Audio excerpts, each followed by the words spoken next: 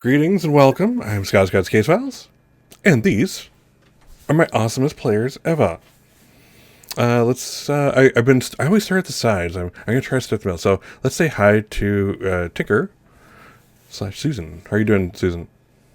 I'm doing okay. I'm here. If I can keep the cat out of my face long enough, we'll hopefully get something good going on. Even with the cat, I mean, it really can't detract. You know what I mean?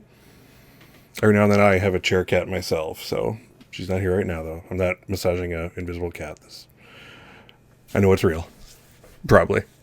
Excellent. Good to see you. And we have Danielle. How's Danielle doing? Good. Excited to wrap up a weekend with a very fun Dune session. Excellent. Well, I hope you came to the right place. And no pressure, Yeah, Scott. no pressure at all. Yeah, absolutely zero pressure, like always. Awesome. We have Steve. Steve, how are you doing? It's been all of 3 days or so since I seen you. Yep, 3 days, 3 long days. Did mulch today, Yeah. so excited to do something that involves sitting and not moving. So Yeah, it's like the 3 days is the longest I want to go without hanging out with you, buddy. So I'm afraid you're stuck forever. It's just crazy. But yes, I'm glad you got your mulching done and it's over with. However many yards, Steve and I were talking. A yard of anything is way, way, way bigger than you think it is. Trust me in this one. Don't. If you order a yard, you're like, oh yeah, it's like 3 feet by 3 feet. What? How could it? It is huge. Whatever. Don't like get a yard of pea gravel like I did because that's like 3 tons of stuff that you have to move with a shovel. Don't do that. Anyway, be that as it may. We also have Jonathan. Last but not least, how's Jonathan doing? I'm good, thanks. Yeah, this weekend has been a little crazy, a little relaxing. So yeah, definitely looking forward to this session. I hope this is both. We don't know Yeah. which yet. Wait, if it's both at the same time, that might be problematic. That might be problematic. Well, we'll see what we can do. I make no guarantees. Just on your phone, just hit 9-1, and then you're ready for anything, really. So, there we go.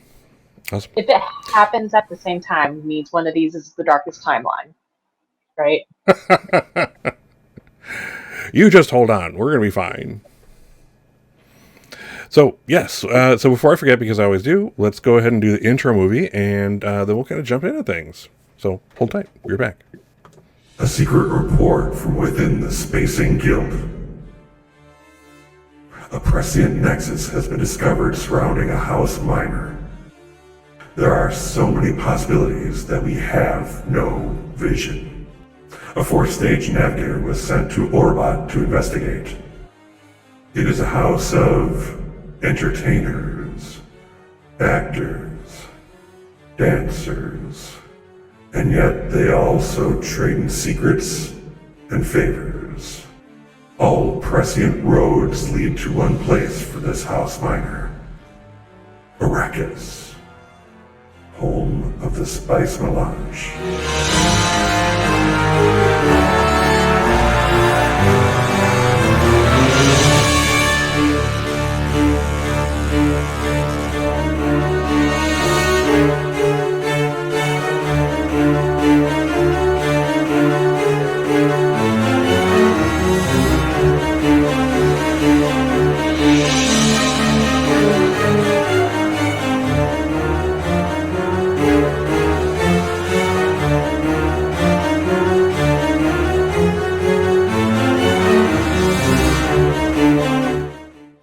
The observation of House Gildren continues.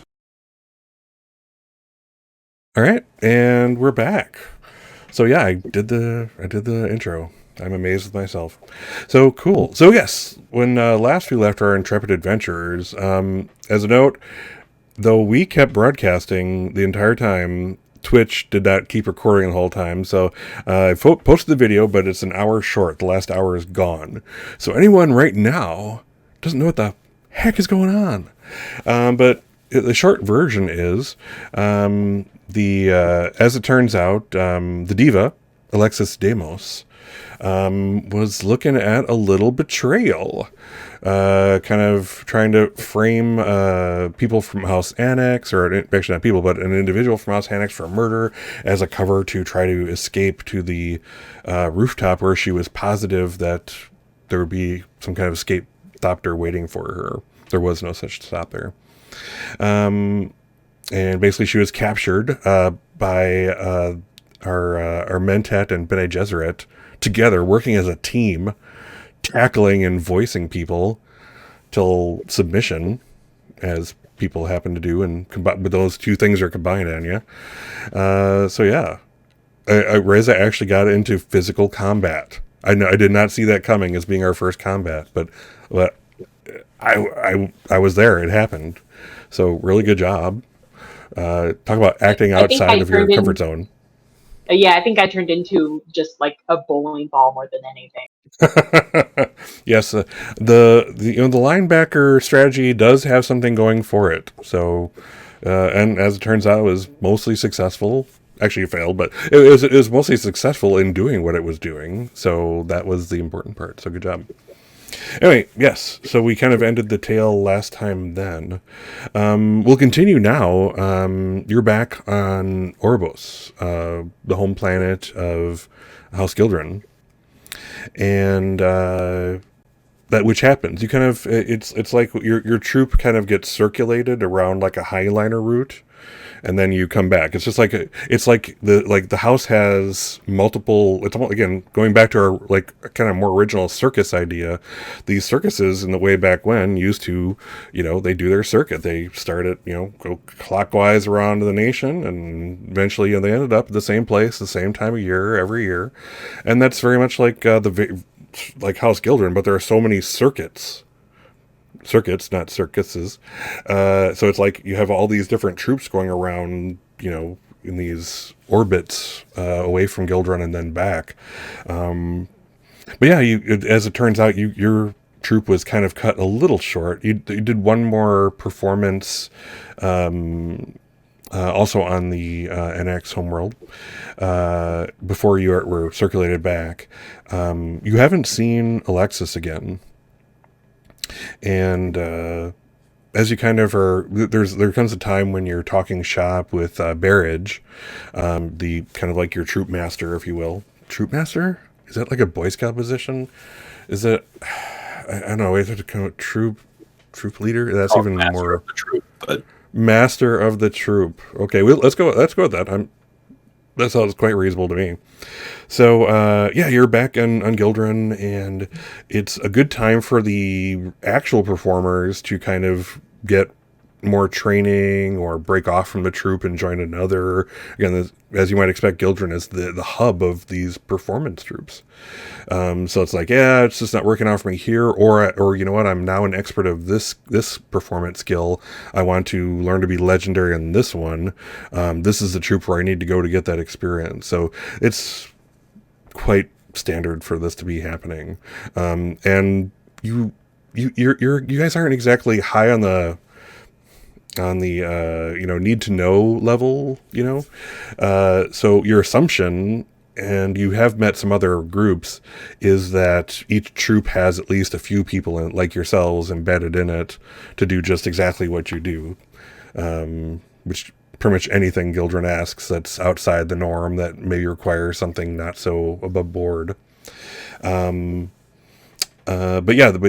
you're not high enough on the need to know level to really get reports of who's who and what's where, that kind of thing. So yeah, you're kind of taking dinner in like the communal space that your troop uses when they're home. And it's probably like the only time, this is like probably the closest you all can have to a home at the moment as you're traveling with the troop. It's like it's like a communal area in this communal building. You're treated quite well because as far as anyone's concerned, you are part of a performance troupe that is the moneymaker and the reason that the house is legendary in these areas. So you live quite well. You have your own personal room. Everything else is communal. Again, they have kind of basis off of kind of like that circus thing where, meals are taken together. There are areas to break off, but it's generally considered normal for you all to kind of meet together and stuff. And even more so for you. You have your own like separate area that's just for you and Barrage, where you have your talks, because obviously they're classified pretty much, and it's very nice. You live richly. So you're kind of eating your food, some variety of chicken and pundi rice. Pundi rice is like a staple of the galaxy or the known universe, really. And some vegetables, fruits. You've had some nice wines and stuff. You even have your very own like state-of-the-art poison snooper that's above you, fixed to one of the chandeliers, to make sure that that you're set. There's always, in these espionage circles, there's always like, when will be the time when they turn it off and we all just flop forward at the end of the meal? That's tends to be in the back of your head every now and then, but that hasn't happened so far, and you haven't really given anyone a reason. So yeah, Barrage is kind of eating, and then he kind of starts up, and you probably want to know what happened to Alexis. I do.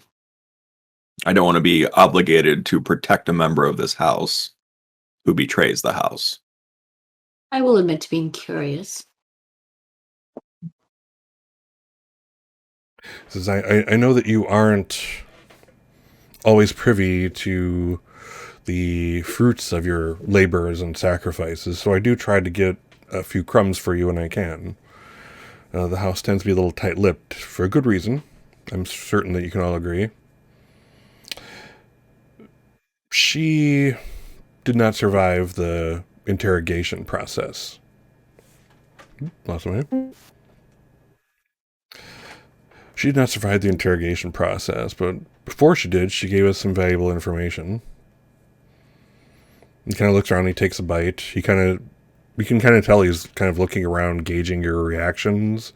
Like, are they freaked out? Being that you're kind of like, I don't want to say like you're espionage specialist, because you're not. You're kind of just like whatever the house needs, below the board specialists. But you're always kind of being tested and vetted. That never ends so far. But he's kind of looking around for reactions. Does anybody give him any beyond more curiosity? I just kind of like hang on what he says, and after there's that pregnant pause, and would you care to elaborate on that? He says it I was just raised my eyebrow. It says nothing. Curiosity is not yet sated. But yes, he takes another bite of his food and takes a moment to kind of savor it, enjoying the fact that he's stringing you along just for a second. Like, she was convinced that House Lautrec was going to take her in. She was going to defect. She had this in her head that she just had to find a reason to get up onto that roof, get access. And House Lautrec Thopter would have been there to sweep her away, and she'd leave House Gildren behind. But our intelligence sources, say nothing of any kind of contact. There was no such Thopter.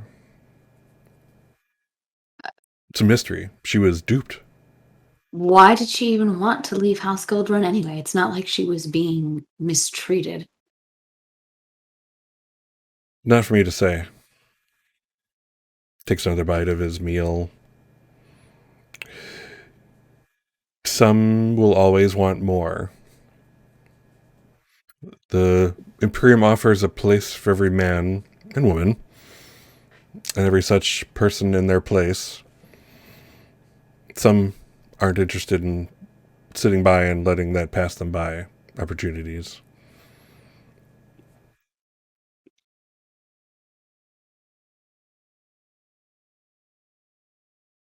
Did anyone want a vacation? He kind of looks around.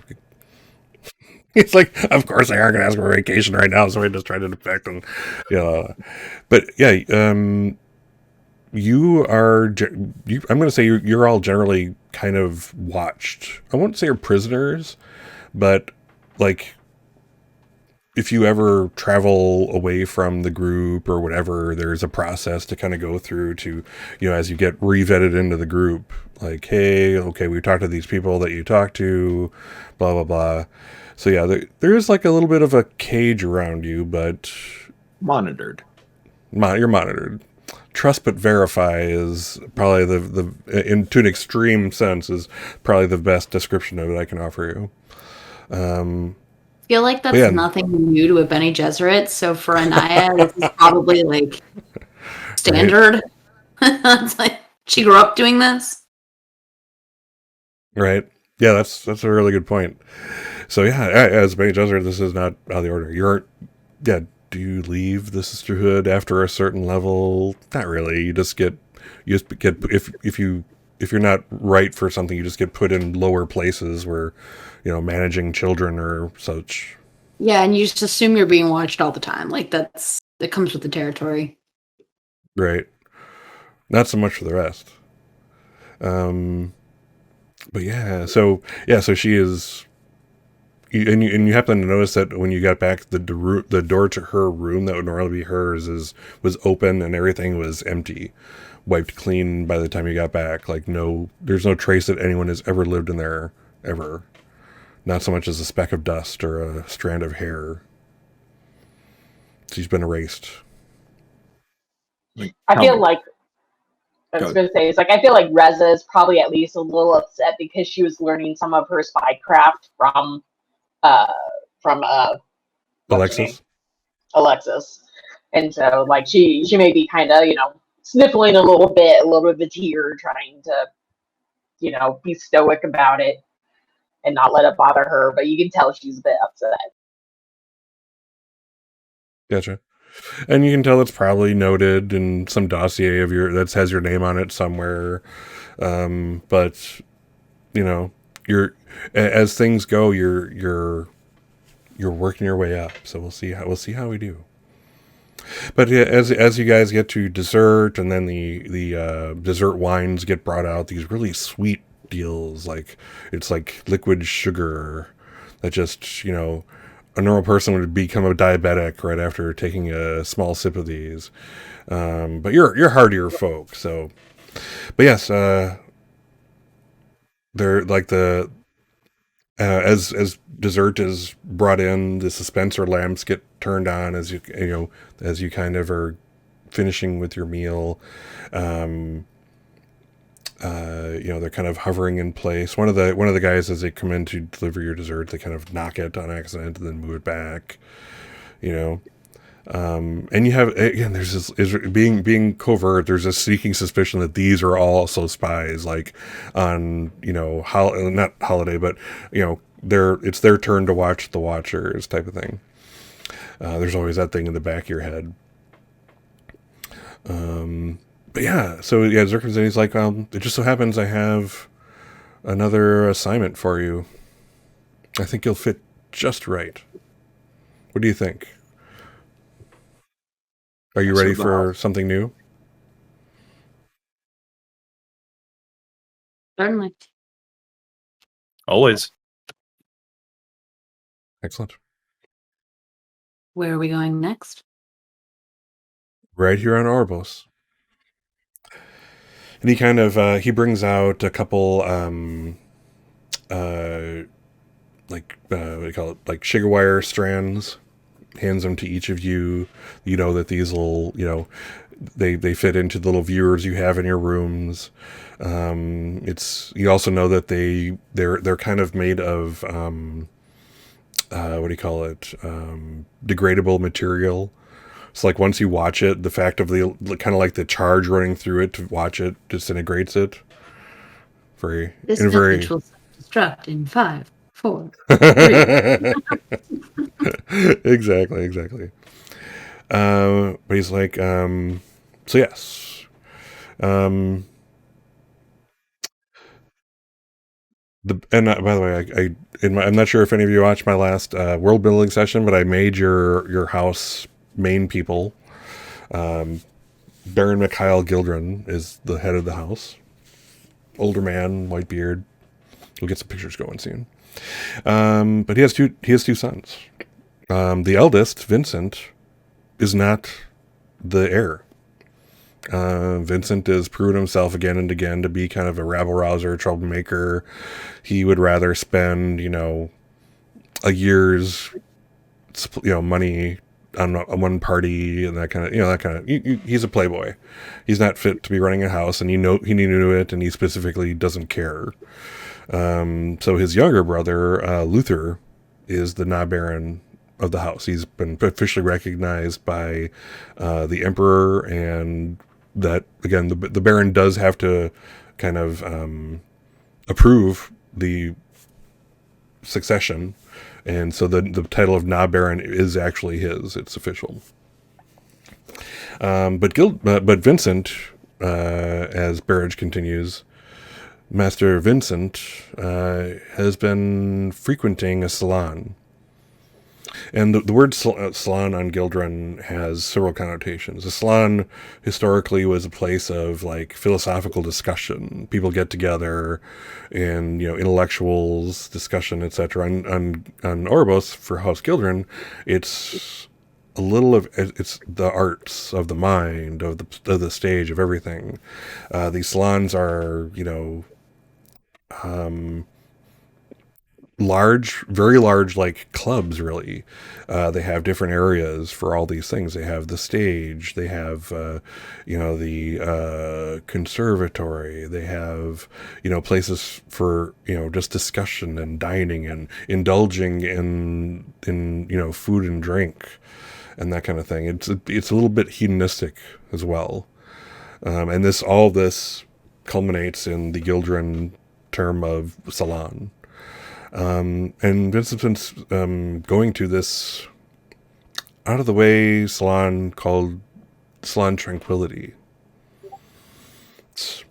And it doesn't actually even ring a bell with you. And you guys would all tend to keep up on what's in fashion here and what's in style in the known places. This is, after all, most of your homeworlds. And he's it's he explains, it's on the other side of the world. It's out of the way, it's not notable, but he likes it. And it hasn't been fully vetted. And we suspect a House Lautrec infiltration. So I'm sending you. His ways were always going to get him into trouble. He kind of gives you that look like this is the, this is like your, the brother you're talking about. But he sees the subcontext in Castian's note. He's like, yes, the master was bound to get into trouble, but we have to moderate that trouble, especially if there's potential danger. This hadn't been a vetted place. What do you call it? Viridian hasn't okayed it yet. Viridian is your kind of advisor, the house advisor. And not a mentat, as a note. However, you know that it's common knowledge that they kind of are guild-based person. They basically are, came from the guild and now serve the house. But yeah, Viridian has not approved this place, and we think there is potential for danger. So, what the Baron would like is for the place to be investigated, secured, and any threats dealt with. And he says specifically that if there are any threats, he wants bloodshed. He wants whoever is invading our territory to know that there's a price to be paid for prying in areas where his family is involved. Is it understood? Will Master Vincent be in attendance? We've been able to delay him. You have 3 weeks to do your job. How you do that is up to you. But in 3 weeks, he will be there, and the Baron wants it safe. I ask that you, if you're informed, to send us a warning as soon as possible if he's going to be in attendance. Obviously, my Yeah. presence there will be noted. He does, times, go off of the schedule, if you will. I'm aware. Are we booked to perform at the salon as part of our cover, or Oh, no. No, you are honored guests. And he kind of sets across like these pins. Like they're like half silver, half brass. And they're in like they're in a shape of like, it's like a 3D image of like the drop on the pond as it, the rings splash out from it. Tranquility. Yeah. So yes, so it's like that symbol. He's like, pin this on you. You'll be considered VIP members, and can have your run of most places of the salon. And in fact, do whatever it is you will, whatever you need to do to blend in, to access wherever areas you need to, etc. It's as if you're the highest paying members of the club and you have tenure. Though you will be recognized as brand new people. So you'll have to make names for yourselves. Hopefully not your own. So you want me to relax?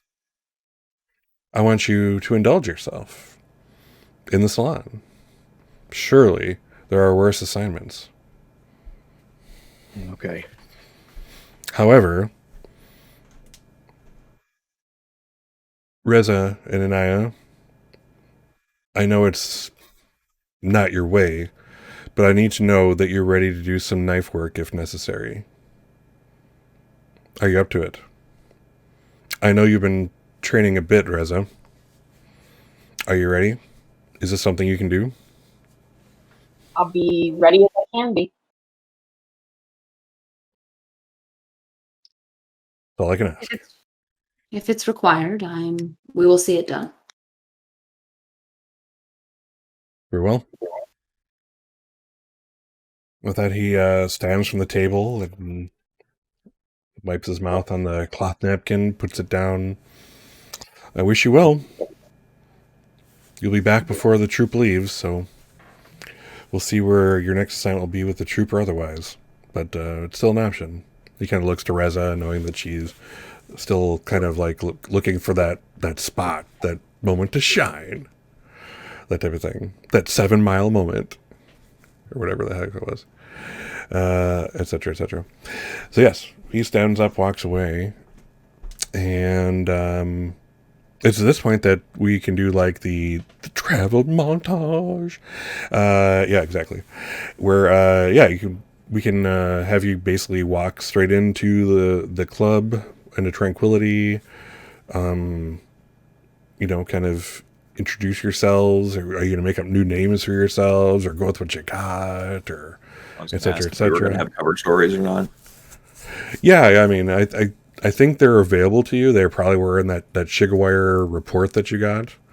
Like something that's like a name that's has a background type of thing.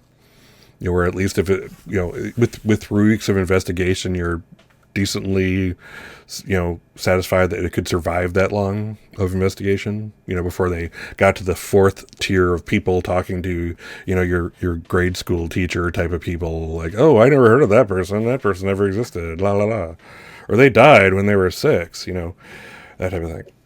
But that takes time if indeed someone's researching you. So this is where things get a little mechanically interesting. So I don't know if I'm ready for it. I don't know if you're ready for it, but we're gonna try some conflict, and I'm gonna let you guys decide which. This could be an espionage conflict, or this could be an intrigue conflict. Espionage, where you're planting bugs and getting various assets in place. Like let's see here if it even gives a let's see here. Come on.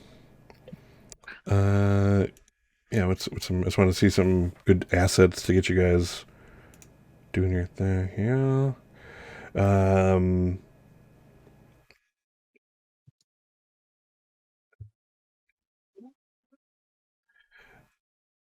Surveillance devices, security measures can be bypassed.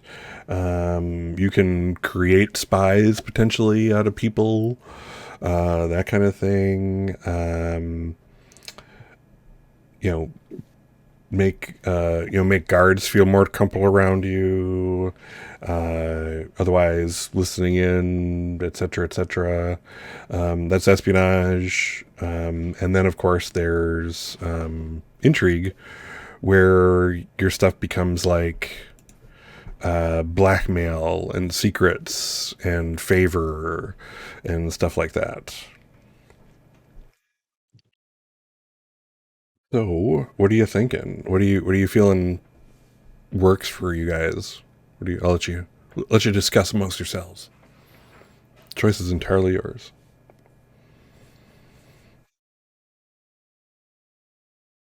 No, not all at once. For those that are intrigue and espionage, oriented, which my character is not, I'm willing to support. But I think it really depends on a little bit of with your skill sets, how you want to address it.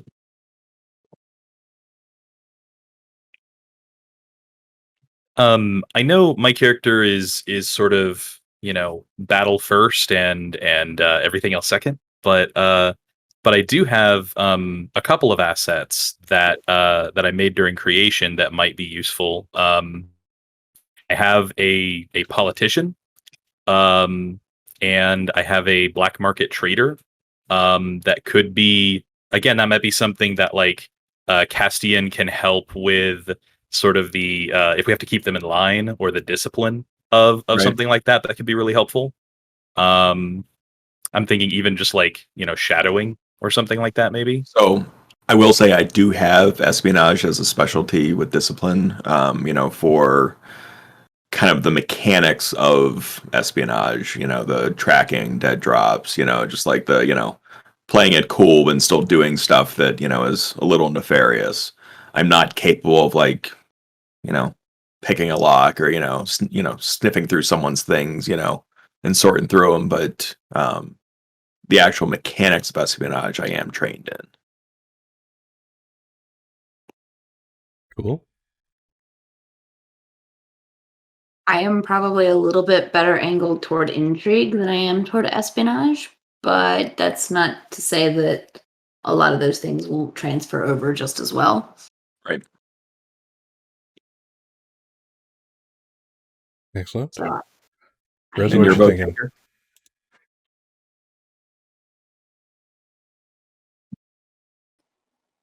Additional asset to throw in the mix if it helps any. I've also got a confidant of the Emperor that became like a guy that kind of fell for my actress persona. So yeah, Cool. if that helps with anything. That's It'd be useful in an intriguey type scenario. excellent. So, what are we leaning towards? What would you say? It seems like we're split, but I think Jindos could also be used with intrigue. Black market trader means, also knowing like what people are, buying and selling, that might be in the area, in terms of blackmail. A politician obviously is, likewise something that could be used in intrigue. Mhm. Absolutely. So I think intrigue is probably the better angle. I'm looking at it from kind of the description in the manual of like what the point of each type of conflict is. The point of espionage is getting information, and it's explicitly upfront that is the point of espionage. Okay. The point of intrigue is more about the interplay of power between different people and who has stuff to gain and who has stuff to lose. So kind of looking at it from that angle and given like what we've been tasked to do, espionage feels like the more appropriate of the two, because our goal here is to come in, investigate if there is in fact a House Lautrec person here or there is any kind of danger, which is information, and deal with it if there is. So from kind of a high level looking down at what the different types of conflict are supposed to do, I actually think espionage is the better fit. Right. Right, and I think there's a lot of social stuff that comes into that too. Like I can see how the two, like the ways of doing this or that are very Venn diagrammed together. You know, turning people, getting blackmail information on them, good in both. That kind Yeah, of I think thing. there's definitely still some social conflict pieces that can go into the espionage. But like looking at it, the intrigue is much more like, I feel like if we were going in and like the goal was, okay, we're going to spread a bunch of really terrible rumors so that by the end of the day, that guy from House Lautrec feels like utter trash. Like that's an intrigue scenario to me. Whereas this is about gathering information. So I think it's more espionage. Intrigue Sure. feels a little more active, I think. Like, not that we're not being proactive here doing espionage. It's just like we're entering a situation we don't have a whole lot on, and we need to gain that info. So yeah, I think espionage fits. Yeah. Cool. All Let's right, try it. so Actually, let's try espionage. All right, let's make a conspiracy board. Yeah, Put pretty out the much. string. Get out the string. I don't own that kind of string. Do I look like a string merchant to you? Maybe. you know, a ball of red yarn, always on hand. I have a cat. We're picking up a tertiary domain for our house, which is string production. Oh, that's funny. There's so many cats all over the place. Yeah, everybody has a cat. Coincidence? I don't think so. I'm really surprised I don't ask that on like the questionnaire, for joining up in the campaign. Do you have a cat? The answer seems to always be yes. Except for Jonathan. I don't have a cat, but I do have a dog. You have an animal. All right. Let's see here. Well, let's do the thing. So now we have to figure out how the hell that works. Let's see. So, okay. So let's see. So I'll kind of read off like zones. I think the first thing to do as we kind of get into the place where we're introducing people, to the environment, is to create zones within here. And if I haven't kind of made it obvious, you'll be living here for those 3 weeks. This is also this is a resort type of thing, all in one. You will be living here. You'll be dining here. You'll be doing all the things, etc., etc. And this is very common. If when you think of salon on Orbos, this is what you think of. All right, so let's look at the zones, because I think that that's the first thing we need to be doing. So when resolving an espionage scene, the zones used are somewhat abstract in nature. Each zone represents a person, group of people, or a place. The links between the zones are natural connections. A zone representing particular group of people. Smugglers may have a link to someone who does business with them. And the links to these places, smugglers are going to do business, blah, blah, blah.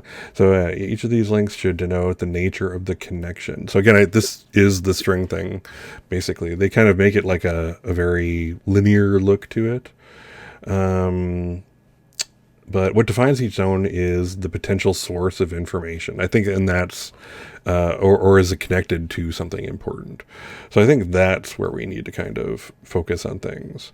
So one of the things that's unusual is that they may be unknown to the players. A map might only show the zones and links players are aware of. All right, that's interesting. At times, the zone instead may represent an event, a gathering or meeting of some sort. Interesting. All right. Basically the way we'll start things off once we have zones is you and your assets are the assets. We can create more as we go along. In fact, I hope you do. That'd be probably the way you want to be going.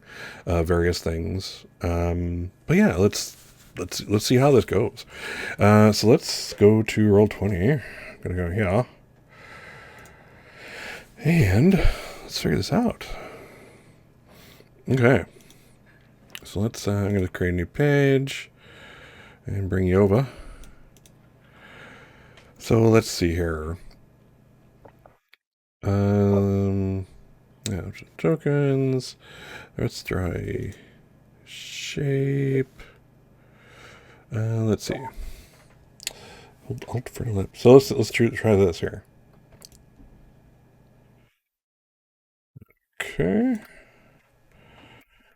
Okay.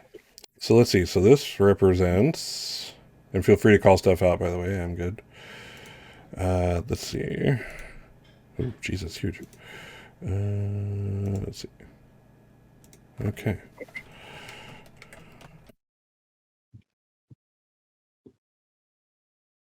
All right. All right. So that represents that. Let's see. There are going to be other areas. So let's see what we have here. Set our shape. They're going to be. Oops. Hold on. Let's undo that.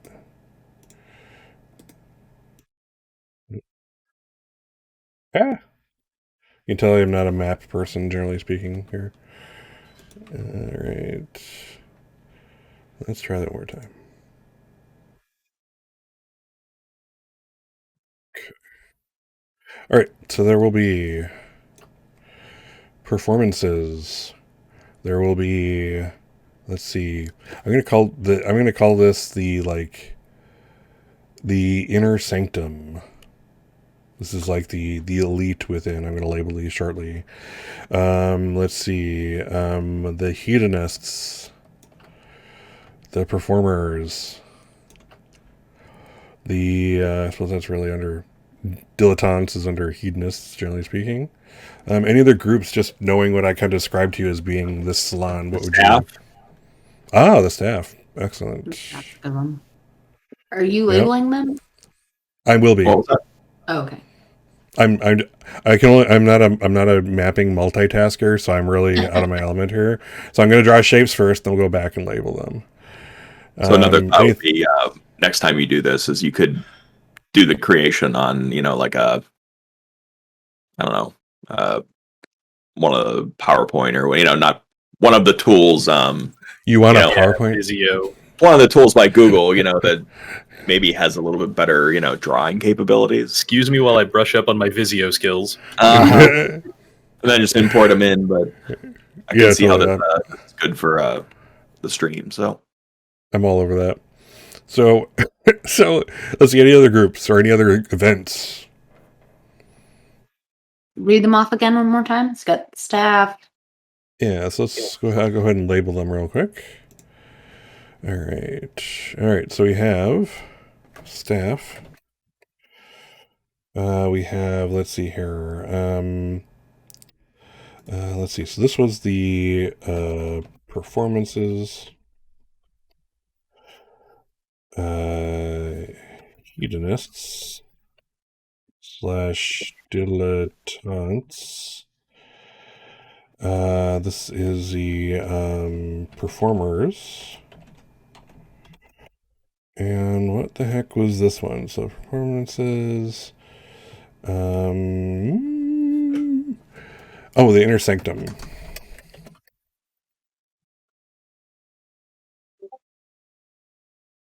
Okay. Get that.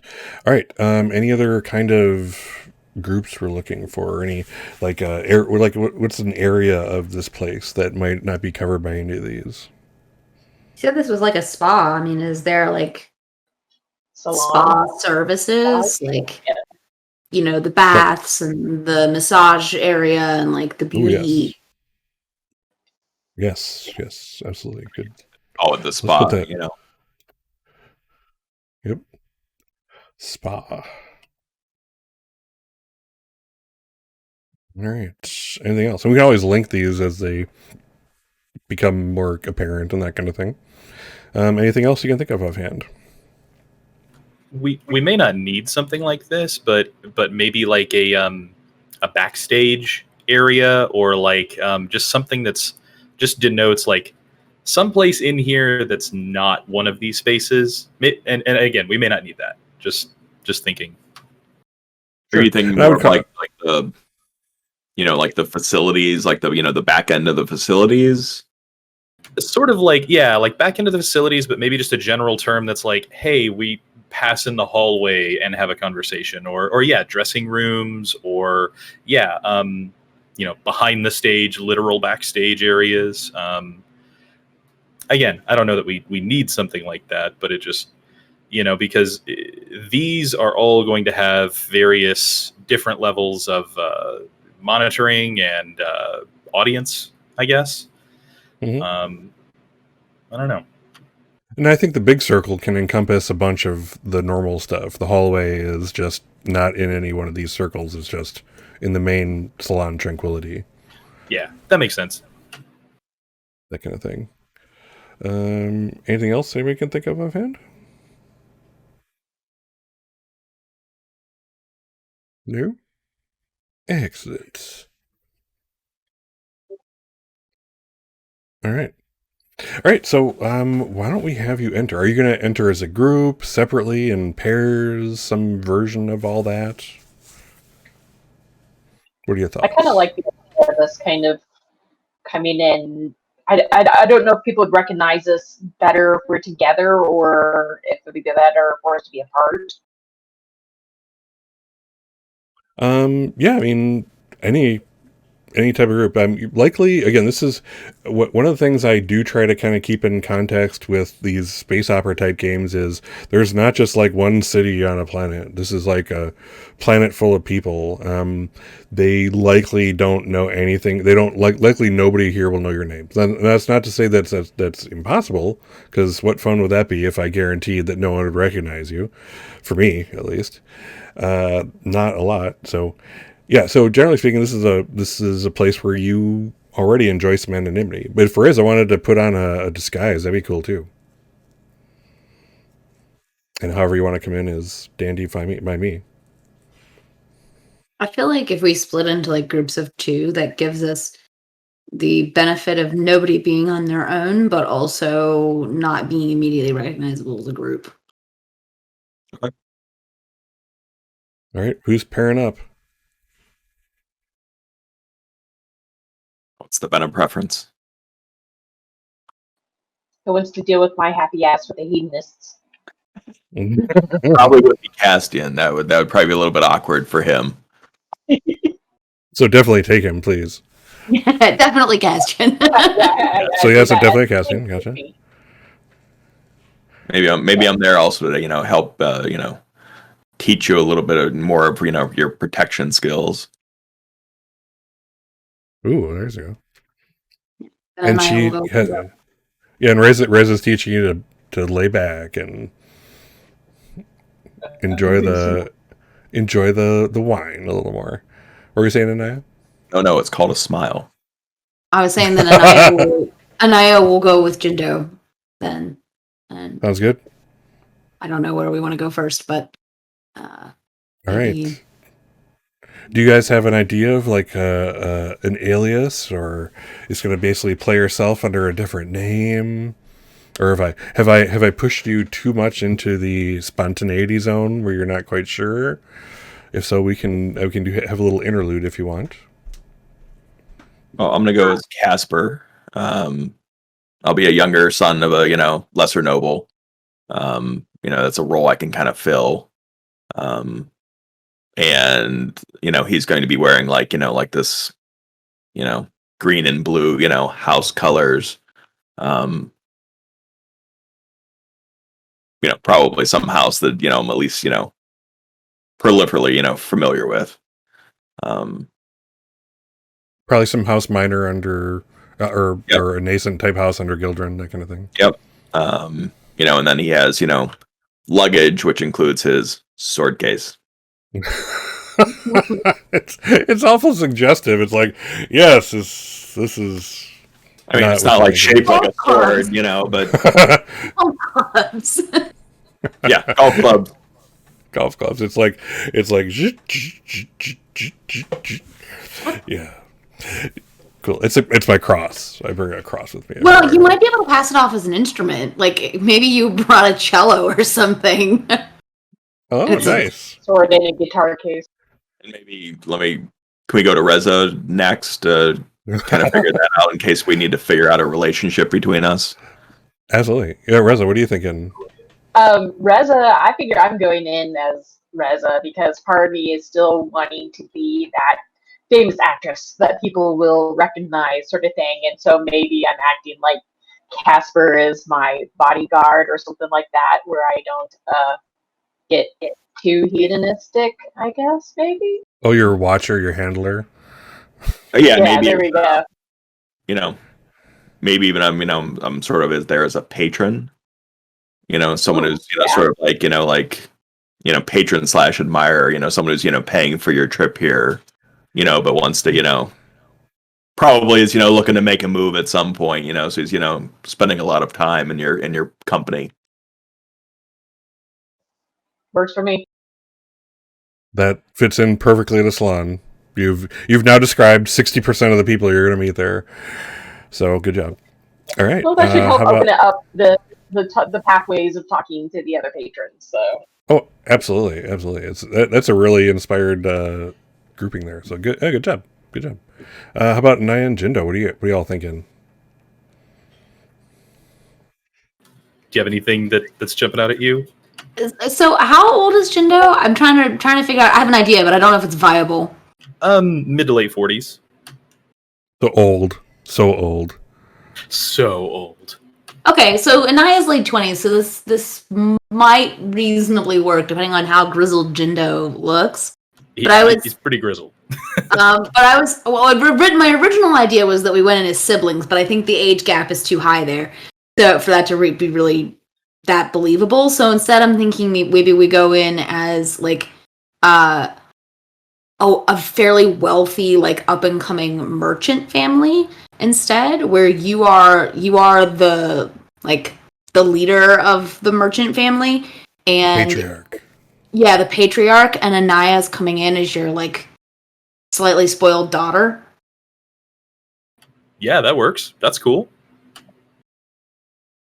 Oh, I like that. Yeah, and we could even I'm trying to come up with an excuse to keep my swords on me because I don't think Jindo would, even undercover, reasonably give up those just out of the security, the protection. And I mean, there's obviously plenty of nobility and merchants and hoity-toity politicians that dabble in that all the time. Yeah, you dabble, you fancy yourself a military man. Yeah, Right. Yeah. I watch all the movies. Yeah. Totally. Nice. This is totally fine. Yeah. No, I like that. Yeah. And Anaya is absolutely going in under an assumed name since she is we've described her as like the secondary diva of the crew, so she doesn't want to be immediately called out or recognized. So I think she's going to go with Cora for the duration of this endeavor. Cool. Excellent. Jindo, are you going by your own name or something else? I mean, I should probably take an alias as well, just so it's not, too easy to pin him down. Let's see here. Let's go with Isaac for now. Sounds good. And Reza and Castian, I forget. What are your aliases, if any? I was going with Casper. Oh, sorry, Casper. And Reza. And Reza. Excellent. Perfect. Excellent. And the cool thing about Reza's background and cover is already freaking built in. It's everything that she is. She's like, she's works with this troupe. She wants to become that, the diva someday, that kind of thing. So yeah, that's cool. The more truthful, the better for espionage, right? Excellent. So yeah, so let's, I'm going to describe basically how this place looks when you get there, and we can kind of schmooze from there. My plan, again, I'm still not totally firm on this whole conflict thing, but I think we can figure this out. So once we kind of get things in place, like we establish you there with this scene or these several scenes, my plan is to kind of go to the kind of the conflict map we've made and place potential obstacles. Guard here, really inquisitive, patron there, some kind of surveillance device or, that kind of thing, et cetera, et cetera. And then it's up to you all to create your own assets, place them, move them, et cetera, et cetera. So again, this is my first time. I'm trying my darndest. But yeah, so let's see how I do. And again, I didn't know which one you guys were going to choose. So I was like, I don't know what to study most. So here we are. Yes. You'll have a 10-minute break, a little bit later. You'll be fine. No, yeah, absolutely. That's really all I need. I'm that good. I'm not that good. But yeah, I think between all of us, the hive mind of Dune players, I think we'll get it together, and it's going to be an interesting experience. So, all right. So yeah, so you as each of you enters, or each pair of you enters, I should say, you're just taken aback by the opulence. Again, what I've described for you all is you're treated pretty darn well. You are the moneymakers of, your troupe is the moneymakers of the house. You don't skimp on the moneymakers, and this is even more opulent. There's fogwood sculptures along several of the walls. Fogwood being this, easily manipulatable wood that's like so delicate and lifelike. It's encased in like each of these is encased as like a crystalline glass. That's what I'm looking for, like over top thing. You know what I'm talking about? Cover of some sort. There's everywhere there's some kind of food or drink or like there's just these places that are nothing but these large banks of like pillows for like some kind of traditional Roman meal discussion laying about type of thing. There are the servants are everywhere. And they are incredibly attentive. They're going to be one of your obstacles, in fact. And again, it seems like no one wants for anything. And there are intellectuals and conversationalists, and there are actors. There are actors and performers mingling amongst their fans. And there are actors arguing about stupidest crap. I'm sorry, I spent my time a little bit of my time around college, drama majors, and they're kind of infuriating sometimes. Yeah, you get the idea. But yeah, there's all that going on. People are even talking a little more freely. Again, Gildrun isn't by any means, well, I think I've established that all houses in the Imperium are really totalitarianistic. If you zoom out far enough. But this is not one of those houses where you're immediately taken off to a work camp if you talk badly about, the Baron or something like that. So people are generally sharing things that they maybe wouldn't have said outside. This is kind of a place of, safety for those kind of things. But yeah, so it's again, everything is marble and opal and et cetera, et cetera. So it's the finest of things, and this is one of the lesser known ones. This is not a place of note. This is a middling one. The more high level ones will constantly have more famous people all the time, and et cetera, et cetera. Both the people who are visiting and people who are performing and conversing and philosophizing and creating poetry and et cetera. So yeah, there we are. So let's go with Casper and Reza. You walk in and are immediately greeted by a nameless servant. So a woman with, and they, by the way, they all wear completely white clothing, like blinding, that kind of blinding white. Like if you don't look at it through an eclipse box, if you look at it for too long, it'll be like an after image type of thing. And that's what all the servants are wearing. That's how you identify them. And immediately this woman comes up to you and, well, greetings. And she like looks at your pins, sees them. Can I direct you anywhere? Your rooms? Your room? I kind of look over my shoulder up at Casper and just kind of grin. It's like, room. No questions are asked. Nobody cares. Certainly. I will have you, I will have your, do you have any luggage? She asks you first.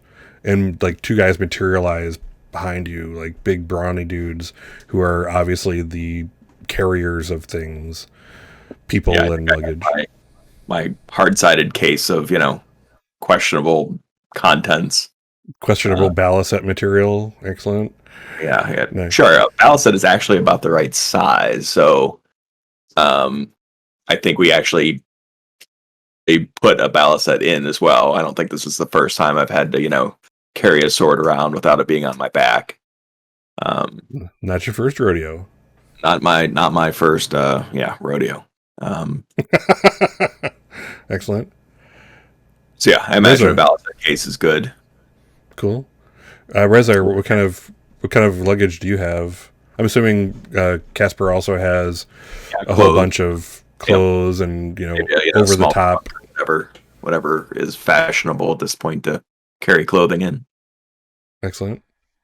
And Reza? I probably have a trunk on like a suspension unit where they can just like push it to our room. It's my disguises and clothes and whatever else, but they don't need to know all that. Excellent.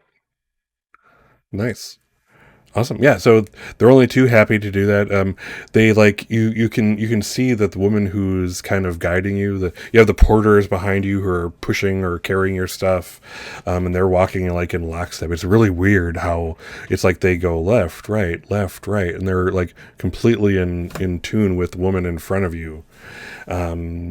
This petite little thing, and she's you can see her put her hand up to her ear, and you're pretty sure she has some kind of short range communicator, and it's obvious that was the case. By the time you get to your room, there's another two people there to open the double doors to your room, and inside there's already like a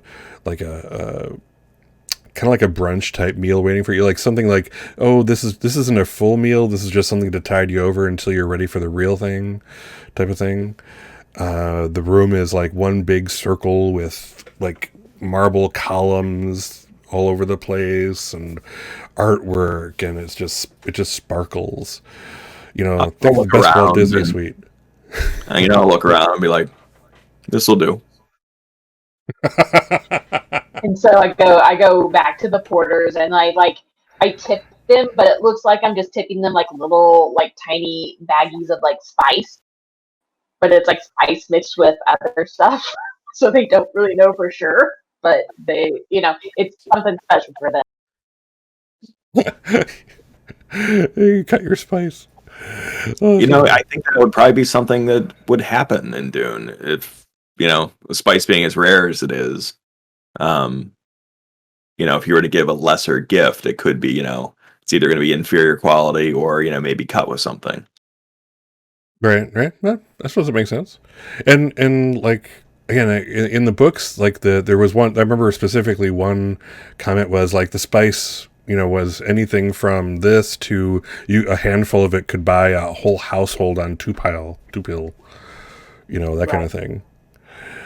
So yeah, cool.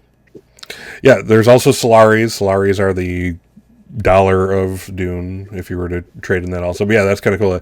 The ultimately rich people give zero shits about Solaris and just trade in like diluted spice or whatever. Is there like a balcony? Is this, first floor, higher floor? Oh yes. If you ask if it has it, the answer is yes. The centerpiece of the room, however, is the bed. It's one of those numbers where it's like, it's like you have to take 3 steps up to it, and it's like this big, canopy having 4-poster thing made out of like polished white oak, and it's just beautiful. And without even hopping onto it, you can tell that it feels like you're going to be sleeping on a cloud, type of thing. Excellent. So yeah, I'll probably, sort of, do a show of, looking and examining things around the room. But, meanwhile, I'm, looking for, listening devices and, seeing if the poison snoopers, turned on and, that sort of thing. Excellent. We'll cover that shortly. But yeah, the servants, like, as quickly as they came, they're efficient. They're out. The last thing you see is the smile of the young woman who originally met you as she closes the doors and imagines the carnal things that are going to be happening very shortly within the walls of this room that she will never participate in. And then doors latch, and there you are. And then we come to the names of the people that I can't remember you took the alias of. Help me here, and I engine know. Cora. What was that? Isaac and Cora. Isaac and Cora. Yeah, I'm sorry you cut out there for a second. So Isaac and Cora. Yeah, so Isaac and Cora are very much the same in sense that it's like this is like the training day 1 for these people. Yours is slightly different. It's a young man, very, very young man in front of you who kind of greets you and sees what you need. Is it room or rooms? Rooms. And he kind of looks to Isaac. Isaac, yeah, I'm gonna get it. Isaac, joining? Certainly. And just as before, a couple porters materialize seemingly behind you and swoop up to take your stuff. What is Cora and what are Cora and Isaac bringing? What kind of like huge amounts of luggage are we talking here? Yeah, like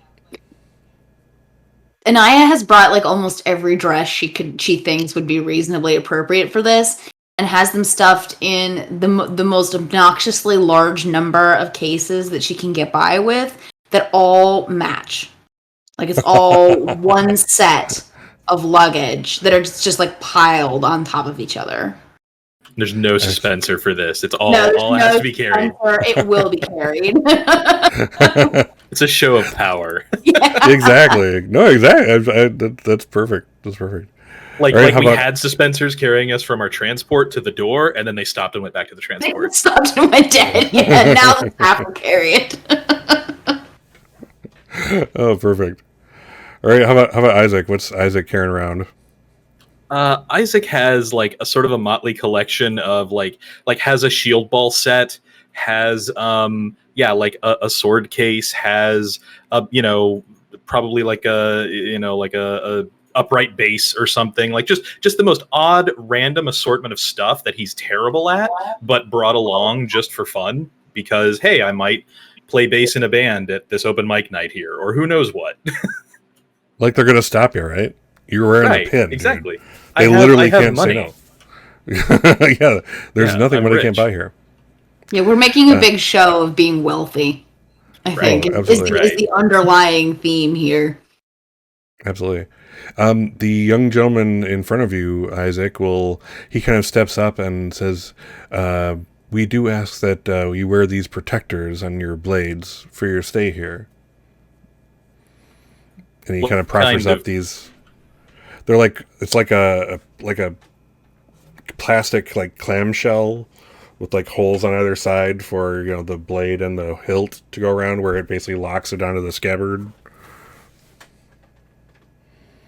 And I suppose your staff are the only ones able to open these? If there is a necessity for them, the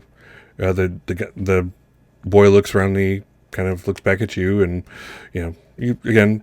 No matter how much Jindo tries to disguise the fact that he's like a fighter, that's like I don't think he's good enough to really 100% get rid of that.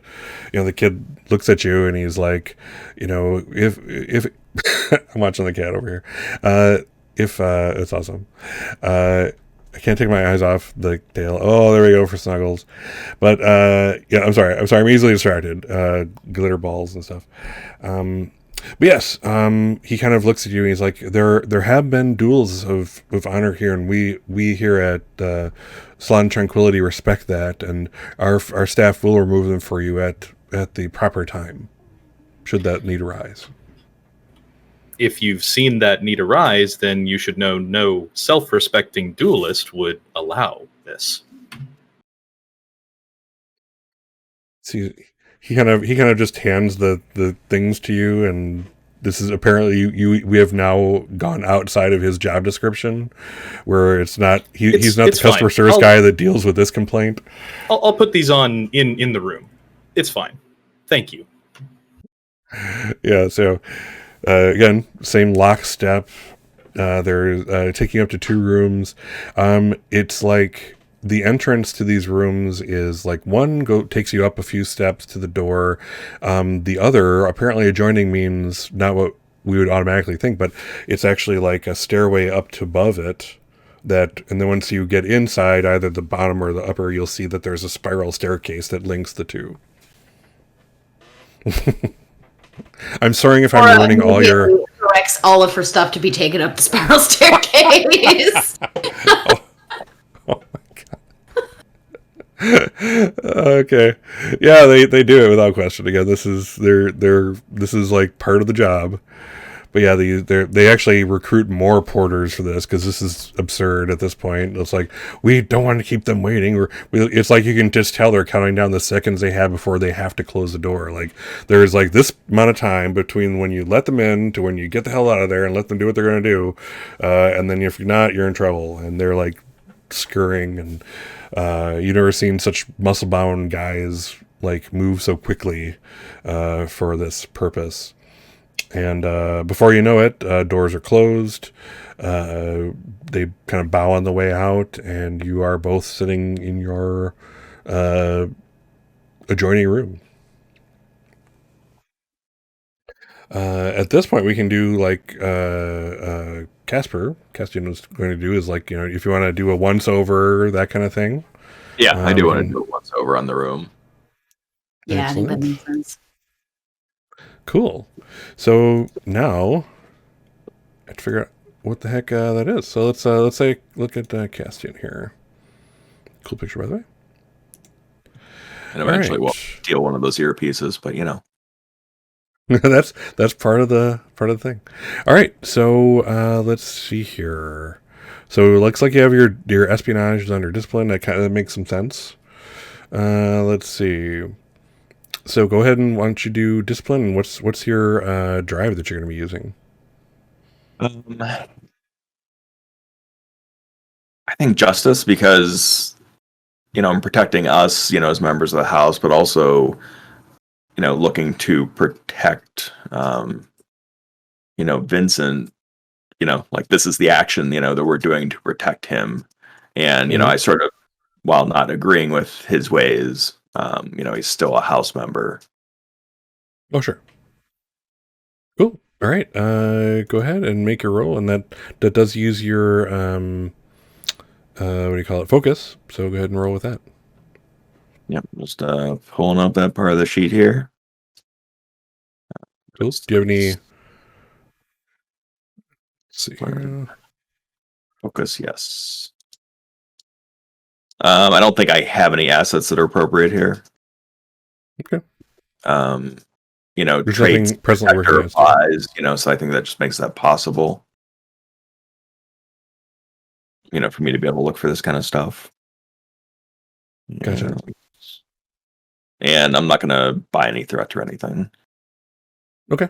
Yeah, so let's roll your 2 dice. And Let's see how we do. I don't think this qualifies for constantly watching, which is my talent, because it's not necessarily, I don't think, danger or hidden enemies, but, I think that's more of like a passive role as opposed to an active search. Gotcha. So like more when you're like about to be jumped upon. That's more Or, the observing a crowd or something like that. I think that would apply, but Okay. I don't think in this case. Okay. Let's see here. All right, so your score is 13 you're looking for? Yeah, I got 2 successes. Nice. So let's... First, do I find anything? Yeah, exactly. Yeah, I suppose that's the most important question. I'm going to say you're specifically looking for like listening devices, assassination devices, that kind of thing. Listening devices, the stray, hunter seeker, whatever happens to be, flying around the room. I'm gonna say you don't find anything noteworthy. Okay. I will say that there does look like years ago there may have been a thing here. You're kind of like doing your sweep, and Reza, you're kind of watching him kind of go over the walls, like you're doing the whole thing where you're like feeling the surfaces of things and etc. And you come to this kind of port on the wall where it's like it kind of like it's actually like it used to be a hole or something that could be a hole where it was like blending into like the contour of the wall itself, like the 3-dimensional way that it's painted. I forget what the term is for the paint that is 3-dimensional on a canvas. That thing. But they're blending in. There used to be like what probably would have been useful for like a hunter seeker, but it's since been like sealed like tightly. This is no longer what it's there for, and it's unusable for that thing.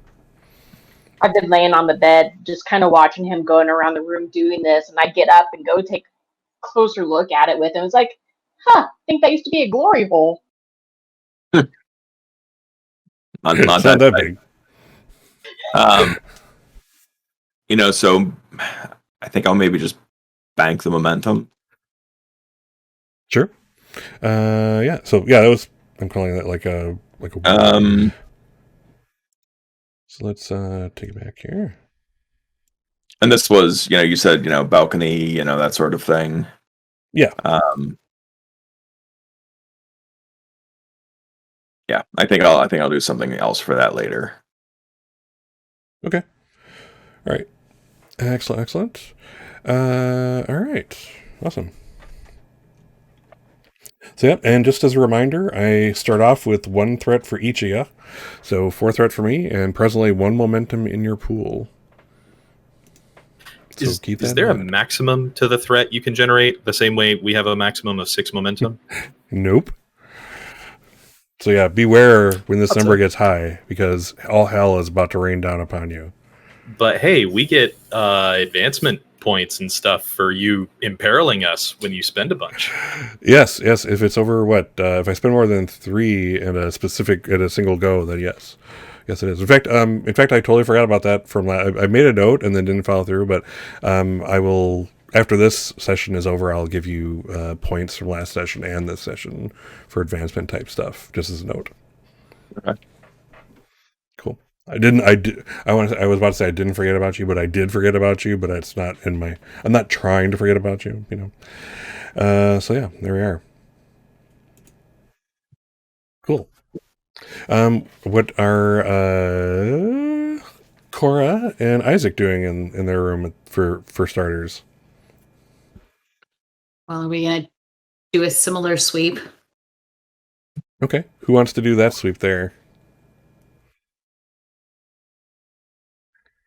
I don't know. Would you be better suited to this? I could assist.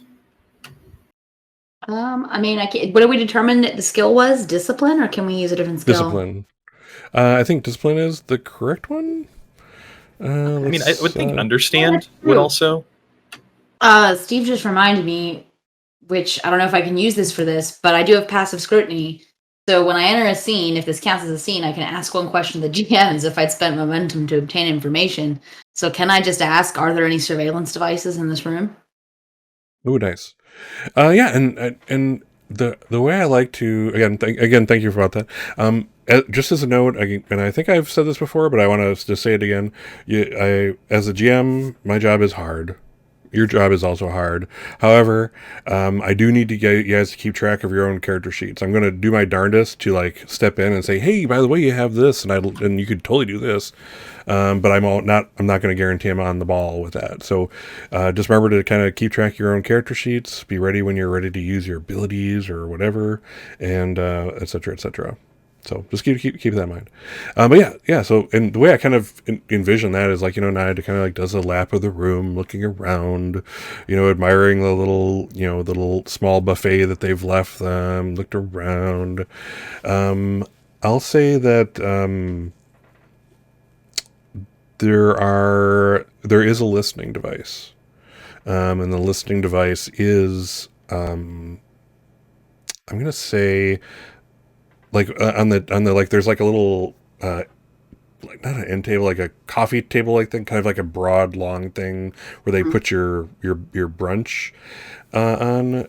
Right under the lip of that, towards where the chairs are, is an active listening device, or at least it looks active. Okay. There's no reason that it wouldn't be.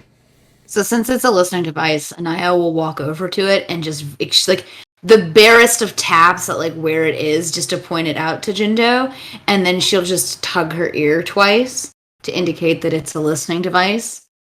There's no need to do anything with it yet, I don't think, but just being cognizant of the fact that it's in the room. Random follow-up question related to this. Would Anaya know the Gildrun battle speech? I assume we all would know the Gildrun Right. battle speech. Right. Okay. Just making sure. Yeah. Technically, I think it's actually a focus. But let's figure out. It's a really good question. I like the idea of using that. And in fact, when I did my run with the one that Steve played in for the year, that was like a thing. Devin Pack now following. Cool. Thank you for the follow, Devin. Good to have you. Excellent. Enjoy the show. So yeah, I'm gonna say you all know it. But here's the part where I set expectations, etc. Just like the book, where garment was danger. If that was only used when there was something, some kind of danger or that kind of thing. This is not a language in which you can carry out conversations. This is a one word language. Not a one word, but a one word to be broadcast at a time language under Right. specific circumstances. Like, you will never communicate like, this is so tasty. No. Right. You're not going to talk philosophy in this language. Yes, this is for danger. This is for soldier. This is for basically just one something word that things kind that of are cropped up that I was just wondering. So okay. Yeah. I think that definitely adds some flavor to it, and it's kind of cool that you would all be in the know. It's also not to say that there would be nobody on staff here that would know it either, right? Like, maybe somebody does. True. Very possible. Cool. Yeah, good question. But yeah. So again, just kind of keep in mind that I will be limiting this. If it's not, it's one word type of thing. It's not outside of it doesn't have any value outside of like danger or very basic planning of things. So kind of keep that in mind. Makes sense. Cool. But yeah. So Jindo, you're now in the know. There is a potentially active listening device in your room right there. Actually, this is a good. We're just about at the halfway mark. So seems like as you are settled, and the next scene will be you all kind of taking your first walks out as actual, official guests to the salon, and etc. So why don't we take a break now? We'll come back and we'll have your first kind of go ahead at the espionage map and see what you want to do with it and that kind of thing. An interesting thing, like I suppose. So the thing about the conflicts that I find really interesting is it's kind of like trying to sidestep all of the, instead of making 6 rolls to do this thing, the conflict is about making the 1 roll to do this thing, kind of sort of, with some limitations like dueling and etc. So we're going to be doing like some schmoozing. We're going to be doing some getting to know people, using momentum to create your own devices, and eventually work it into blackmail or gossip or insider information and that kind of thing. So kind of keep that in mind as you take a break and hydrate, as Jason would say, were he here. And let's do the thing. So we'll be back in 10 minutes and be ready to be pampered in the luxury which is Salon Tranquil. Yes, exactly. All right, see you guys in a second.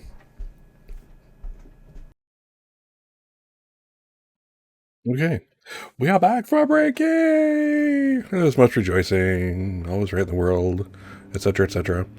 I am kind of in the process of putting down some items for you. So let's see, these will be specifically guards. Like, kind of showing you where things are generally at. Let's see here.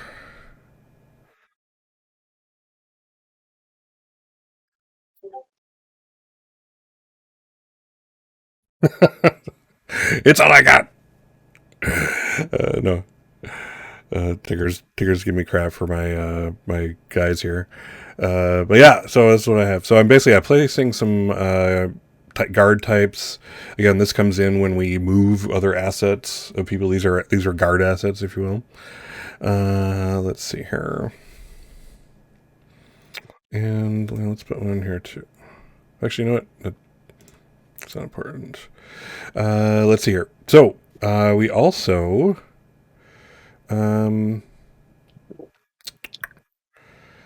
let's see. Just for kicks, I'm going to make one more area, and that is your accommodations.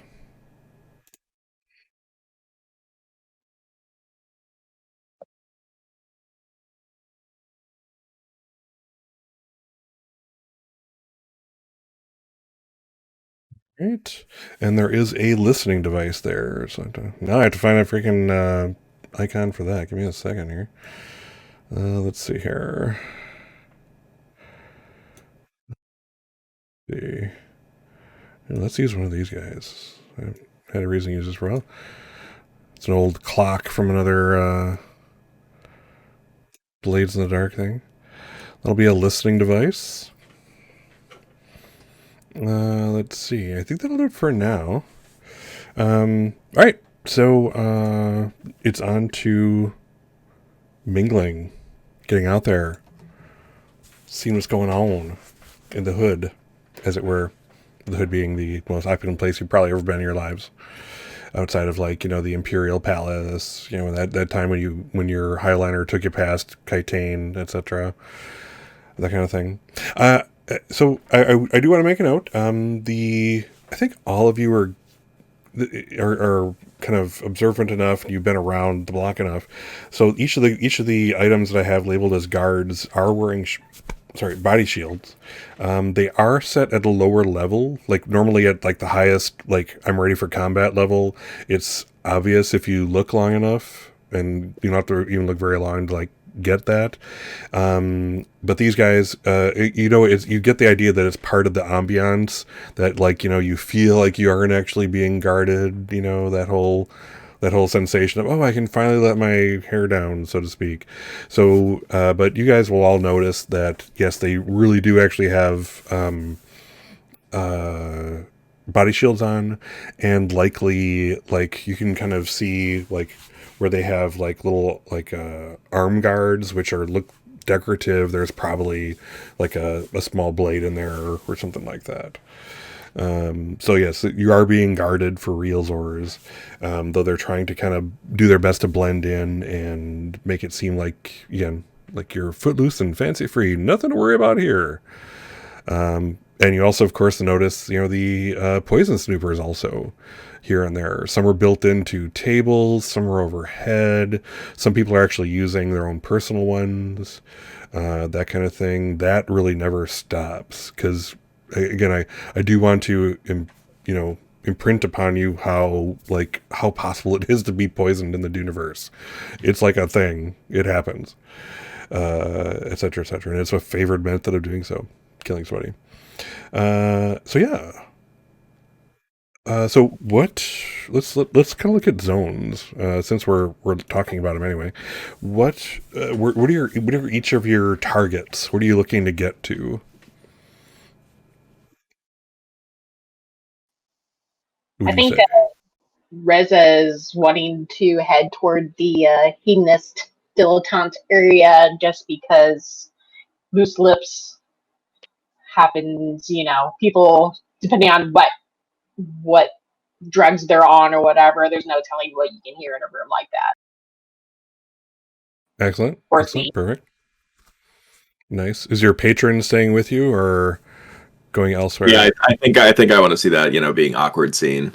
Because he's, he has taken, vows, of like chastity, from the, not to be, steered from his path. And that certainly applies to, basically all the hard narcotics.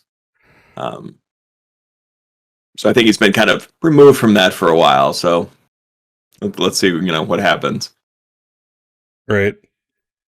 Awesome. Cool. Yeah. So yeah, that's the thing. So we'll get to that scene shortly. How about Cora and Isaac? What are your targets? Targets? What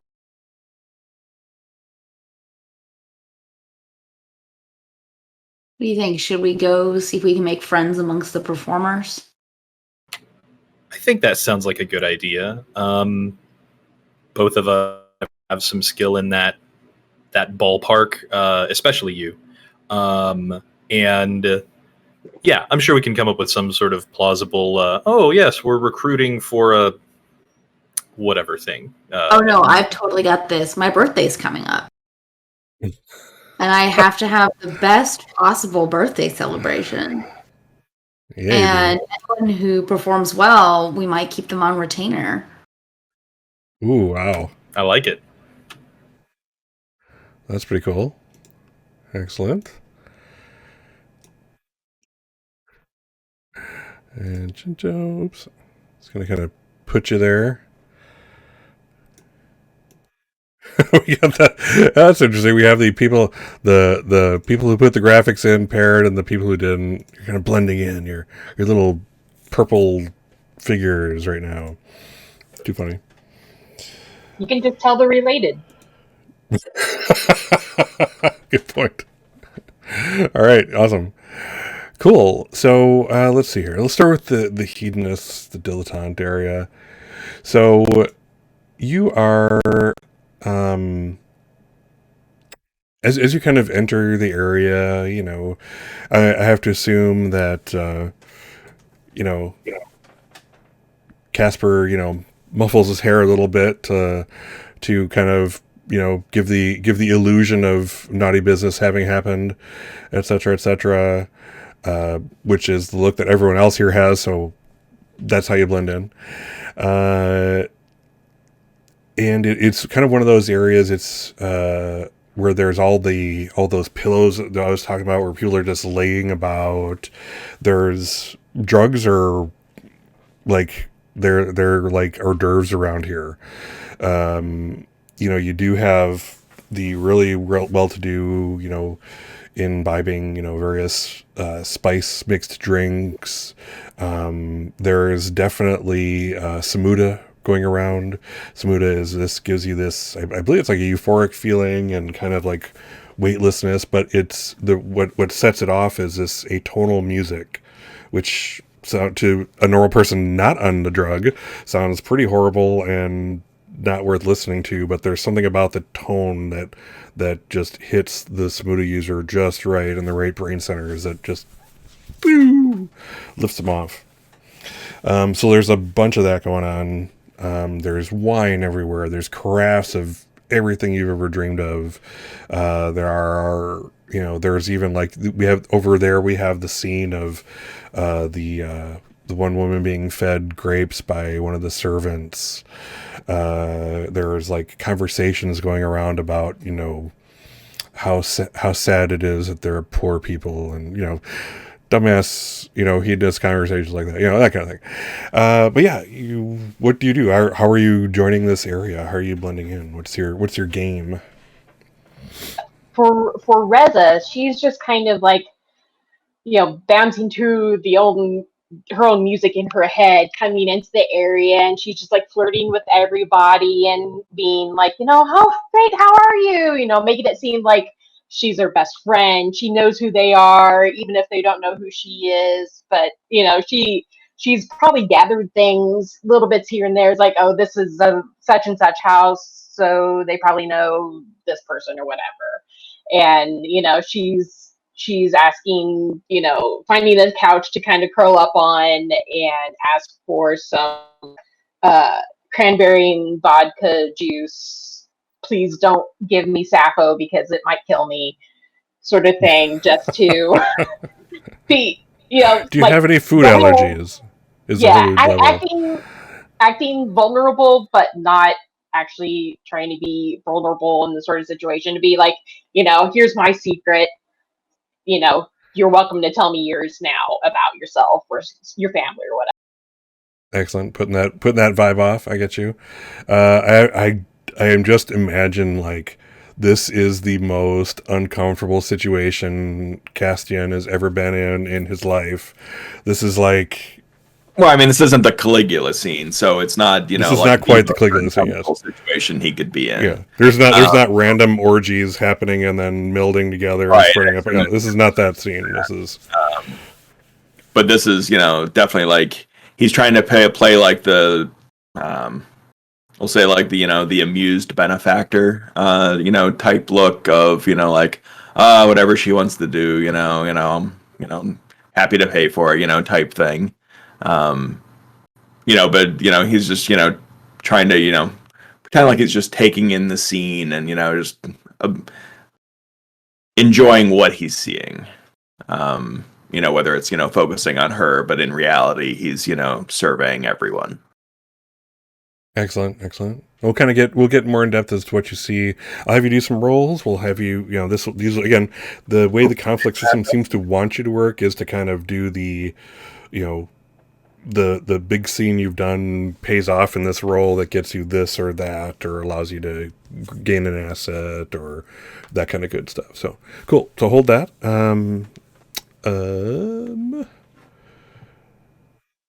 Isaac, and it's up here. Cora, Isaac and Cora. You're hanging out with the performers. They are doing what performers do. They're kind of like talking shop. You try. There's a lot of one-upping of one another going on. A lot of criticism, not all of it constructive or friendly, that kind of thing. And they're all so pretty.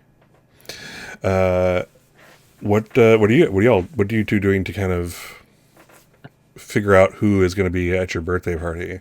Or how do you put it out there?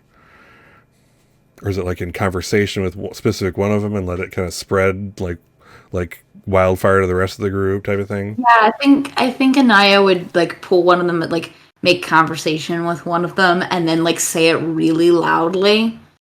And like intentionally like perk some ears up. That she's looking for someone to perform at her party, and then also maybe to be permanently hired by, again, just really making a show of, oh, we have so much money, that like we can afford to have some people on permanent retainer, Right, you're like just dying to. There's so much of it, you just want to see how much you can burn through, and it's never going to happen, and Yeah, it's like totally. there's no expense. Yes, There's you'll no be bottom in a to lap. it. Yeah, it's like this lap of luxury for the rest of your life, etc., Yeah, etc. exactly. And Excellent. How about so I guess almost approaching it as like a vetting of credentials for her party, but really like trying to get more information about who the performers are and like what their and like what their backgrounds are like and things like that. right? And then also you probably getting figuring out the pecking order, who's talking badly and or well about whom, and who is kind of coming to the forefront, that kind of thing. Yeah, where the feuds are and like that sort of thing. Excellent. How about Isaac? What's Isaac's act/goal here? I think Isaac's act here is to be the brash, money-throwing father. Anything his daughter wants is perfectly fine, and he might even, he's not subtle at all. You there, boy, who's the most talented performer in this room? Just no shame, just tell me what you're good at, and I'll see if you're worth hiring. Yeah. I just had the scene flash in my eyes. Daddy, I want one of them squirrels. Well, how much for one of those squirrels, Wonka? I put this in the chat, but we're totally doing the LaBouffe from The Princess and the Frog here, where Jinto is Big Daddy and Anaya is Lottie. This is totally where we're going. You go there. Awesome. Yeah. So both of you are again, the fact that you are, especially Kara and Isaac are kind of approaching them from you're everything that these performers ever wanted to meet. Your job will probably be a little easier that way. We'll see how that works. Quick Reza. idea. Quick idea. What if we we could like whip them into some sort of let's have a talent show. Like impromptu talent show? Oh Demonstrate my your God. abilities. Oh my God, that is so wrong.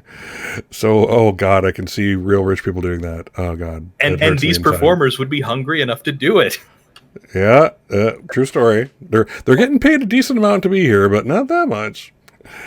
And awesome, Reza awesome. in the next room over is like, talent show. Challenge. Oh my God. This is totally screwed up. Oh God, that's funny. Okay, yeah. So yeah, let's set so the scene, the general scenes are set. Let's see here. Reza, I'm going to say, Casper, I'm assuming that you're kind of sitting / lounging on a cushion near Reza or next to Reza. Yeah, that's safe to assume. And I assume she's, either, bringing people into her orbit, or, going out to attract others, to her orbit. Excellent. And there's many orbits coming and going, and like the solar system around the sun, they all come back around. Well, unless there's a freaking disaster, but that's a different role playing game entirely. So so there's one in particular, kind of a middle-aged woman. She's attractive, but she's overdoing the gaudiness of her riches. It's like everything's gold. Yes, we get it. Gold. Yeah, we got it. We're picking up. She actually sits down on Casper's lap, looking in kind of like, so as to face Reza. And she just kind of smiles at the two of you. I know your name, but you haven't introduced us to your friend, Reza. Oh, this is my friend, Casper. And I just kind of like run my finger along the side of his face and then do the boop on the end of his nose. Holy shit, that's awesome. Yeah, she's like, oh, is he solely with you? I just kind of giggle like this, and I was like, I don't know. Does he solely want to be with me? Do you want to And do something else, dear, Like or we someone? Casper's like, oh, well, we haven't had that conversation, but we're certainly open to the idea. But she's like, maybe not tonight. I want to enjoy some of her time on my own first. Yeah, so she introduced herself as Diana, the Huntress. And she kind of says, I didn't mean to put you in such a hard spot, my friend. Like, I think that's precisely what you meant. And it's her time to go, little fake giggle that, yeah. There's You like get- horror in his eyes, like somewhere right behind, his eyelids. There's horror. What am I doing? But yeah. So she's just kind of all into it. She actually brings a couple others into Reba's orbit, if we will. You must meet Reza. She's amazing. The place is lit up since she's been here. Her and Casper of House Whitnell. oh, ooh, even better. I love a good noble in the afternoon. And it's only morning. And yeah, so she's all bringing people over and whatnot. What is Reza's goal here? Is she what is she looking to fact find in this specific area? She is just mostly kind of keeping her ears open for what people are saying, even those not close to her. She can I feel like she can kind of tune in on what's being said, but she's also one of her talents is subtle words, and I figure she's making friends, aka maybe possible assets of people who would do anything for Reza sort of situation. But we'll Oh, nice. if she can get them charmed enough. Sure. So what is subtle words again? Remind me, please. I think it's a thing there. Let's see. I think that should fit there for everybody to read. You're skilled at swaying others with a few quiet words spoken in the right place at the right time. Even they may not realize what influence your words have had. When you attempt a communicate test and you buy one or more dice by spending momentum, you may create a new trait for free from the character you have spoken to, which reflects your influence upon their thoughts or mood. And of course, drugged people are the best way to do that. You've already got a way in there. I love you, man. I love you so much. Yeah, one of those. Cool. Yeah. So I'll say you're spending good. This is you don't want to be just running for the ring, as it were. You kind of biding your time, and you meet a couple of Diana's friends, and they come and go, and she goes for a second, then she quickly revolves back to you. She is your target, absolutely the one, and she's just very taken with the both of you. She actually does offer each of you just like a little. It's like these trays are going around with like a.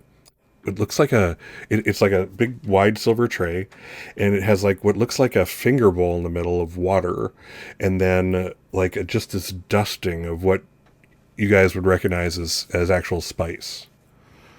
So and she basically dips her finger in the water, touches the spice, which attaches the film of it to her finger, and she'll probably dab it on Reza's lips, and as an offering. Whether or not she accepts that or turns away is up to Reza. This is a consent thing. This is where you can say no. This is probably where she sticks her tongue out and licks Diane's finger whenever it's accepted to her. So winks at her. Excellent. So yeah, you're definitely playing the role. Yeah. So let's just for kicks, let's see what that gets you. And again, she's just totally entranced. You by the as she comes back in and introducing people, you know a bit about her. She's basically from merchant money, and stuff like that. Basically, it's in this case in House Gildrun. She's of a merchant within the house. Her father deals with he's basically like a talent manager. He's the one that arranges the things and gets commission off of performances and stuff like that. This is produce you have, after all, in one fashion or another. So yeah, let's. Frequently is she here? Oh, she comes often. This is like her place. She's like a person. She's a regular. Yeah, absolutely. So that's a good target. Yeah, absolutely. So let's do this. Where are we at? Oh, thank you. So let's see. So we'll be communicate will be the thing, and Casper, if you feel that Casper is able to, this is a good time for an assist. If you would want to do that, also, I'll leave that up to you whether or not he could assist. Yeah. Yeah. And I have the abilities of both bolster and direct, which, bolster I think would apply in this one, which, if you fail, maybe I'll, say a few words and you'll be able to, it allows you to re-roll things. Oh, cool. Okay. So yeah, I was looking at doing communicate, doing the charm with the subtle words, and then my power, my drive would probably be power because I do as I please. Oh, nice. Cool. And you have to spend a momentum to get subtle words to take effect, yes? I believe so, yeah. You buy one or more dice by spending momentum, yeah. Okay, I will, if everyone's good with that, I will take that off and do the thing. Which pretty much, as long as this succeeds, that kind of gives a trait to use. So that's pretty cool. All right, Reza, let's see, what'd you roll? Let's see. So you had 3 dice. Target was 15. So you have 2 successes and a complication. What do you call it? Castian. You may roll 1d20 as your assist. Since she did succeed, she can now take an assist. Yeah, and I think I'm just propping her up and saying how much of a pleasure it's been to acquire her company for and sponsor her here. Right. The total patron thing, letting others know that you have money to spend around too. And am I rolling communicate as well? Yes. Fascinating. Because you're kind of helping to schmooze, if you will. Well, I'm not using faith, that's for sure. Duty? Yeah, I think it's going to be duty. I mean, I'm definitely doing something I'm not particularly fond of here. Sort of damn the consequences. Like if I end up, spice induced at this point, it's what happens. Right. Okay, cool. And do you have a focus? No, I do not. Okay, so just roll one. Yeah, just roll 1d20, and what's your target? Let's see.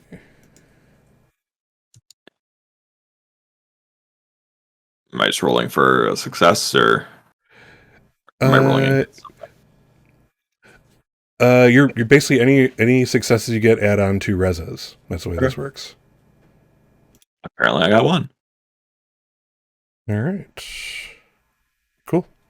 All right. Yeah. So let's see. So that's 1 success, 2 success, 3, and a complication. So I'm going to take the complication and make things easy for the moment. I'm just going to take the 2 threat off of that. So I'm up at 6 threat to use as I please. And you all have, let's see here. Let's see. I'm going to call that. I really do have to let you know the difficulty of a roll before I have you make it. But we're going to call that a difficulty 1. So that means you have 2 momentum to play with.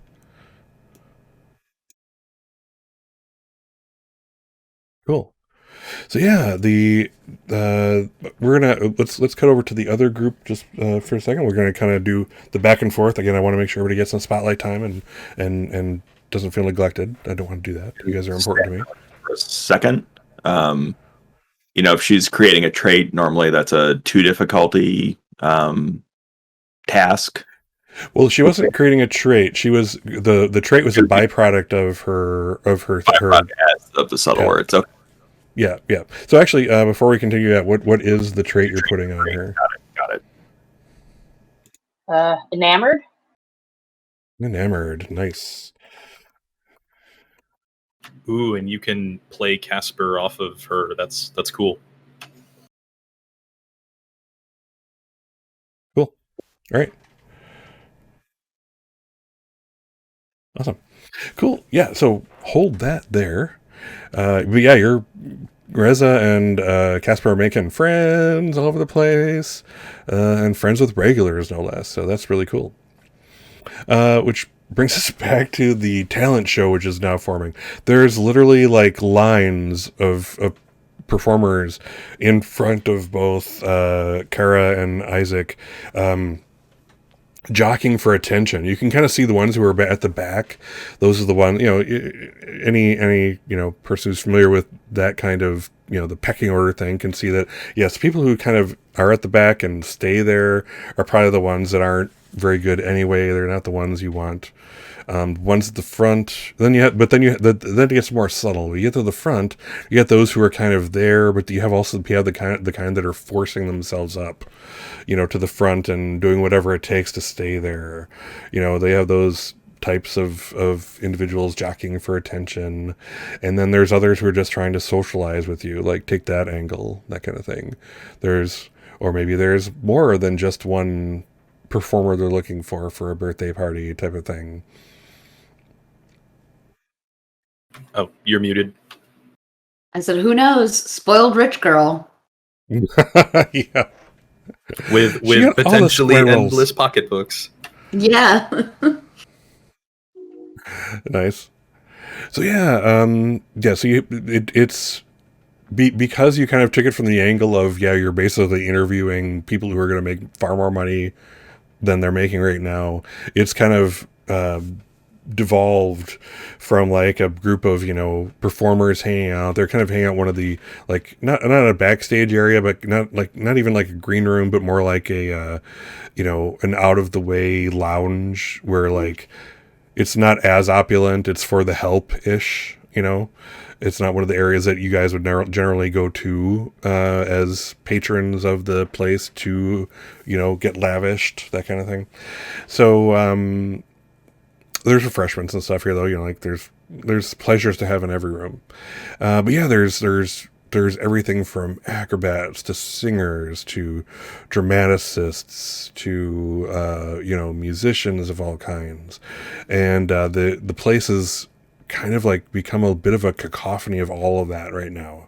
It's hard to separate one from the next. I'm imagining Isaac is like trying and failing to like make a line and order to this somehow. No, not at all. It's just not happening. These aren't soldiers. Finding that out the hard way. I love it. So Anaya, what are you looking for? What are you actually, not just Anaya, but Anaya and Isaac? What's your goal here? What is the thing you're trying to accomplish? What is the asset you're trying to get in place or move or whatever? I think something that would be easy for us to get out of this. Any kind of information really related to the backgrounds of some of these people, like who they are, where they come from, what they do, like what their experience is. But also on the flip side of that would be the ones who maybe are more desperate than the others. Like there's a difference between like wanting to get this because it's a good job versus wanting to get this because you absolutely need it. And the people who are desperate are much more likely to represent a security threat. Ooh, or be your security threat. Yeah, or be people that we can come back and like leverage in if we need someone later.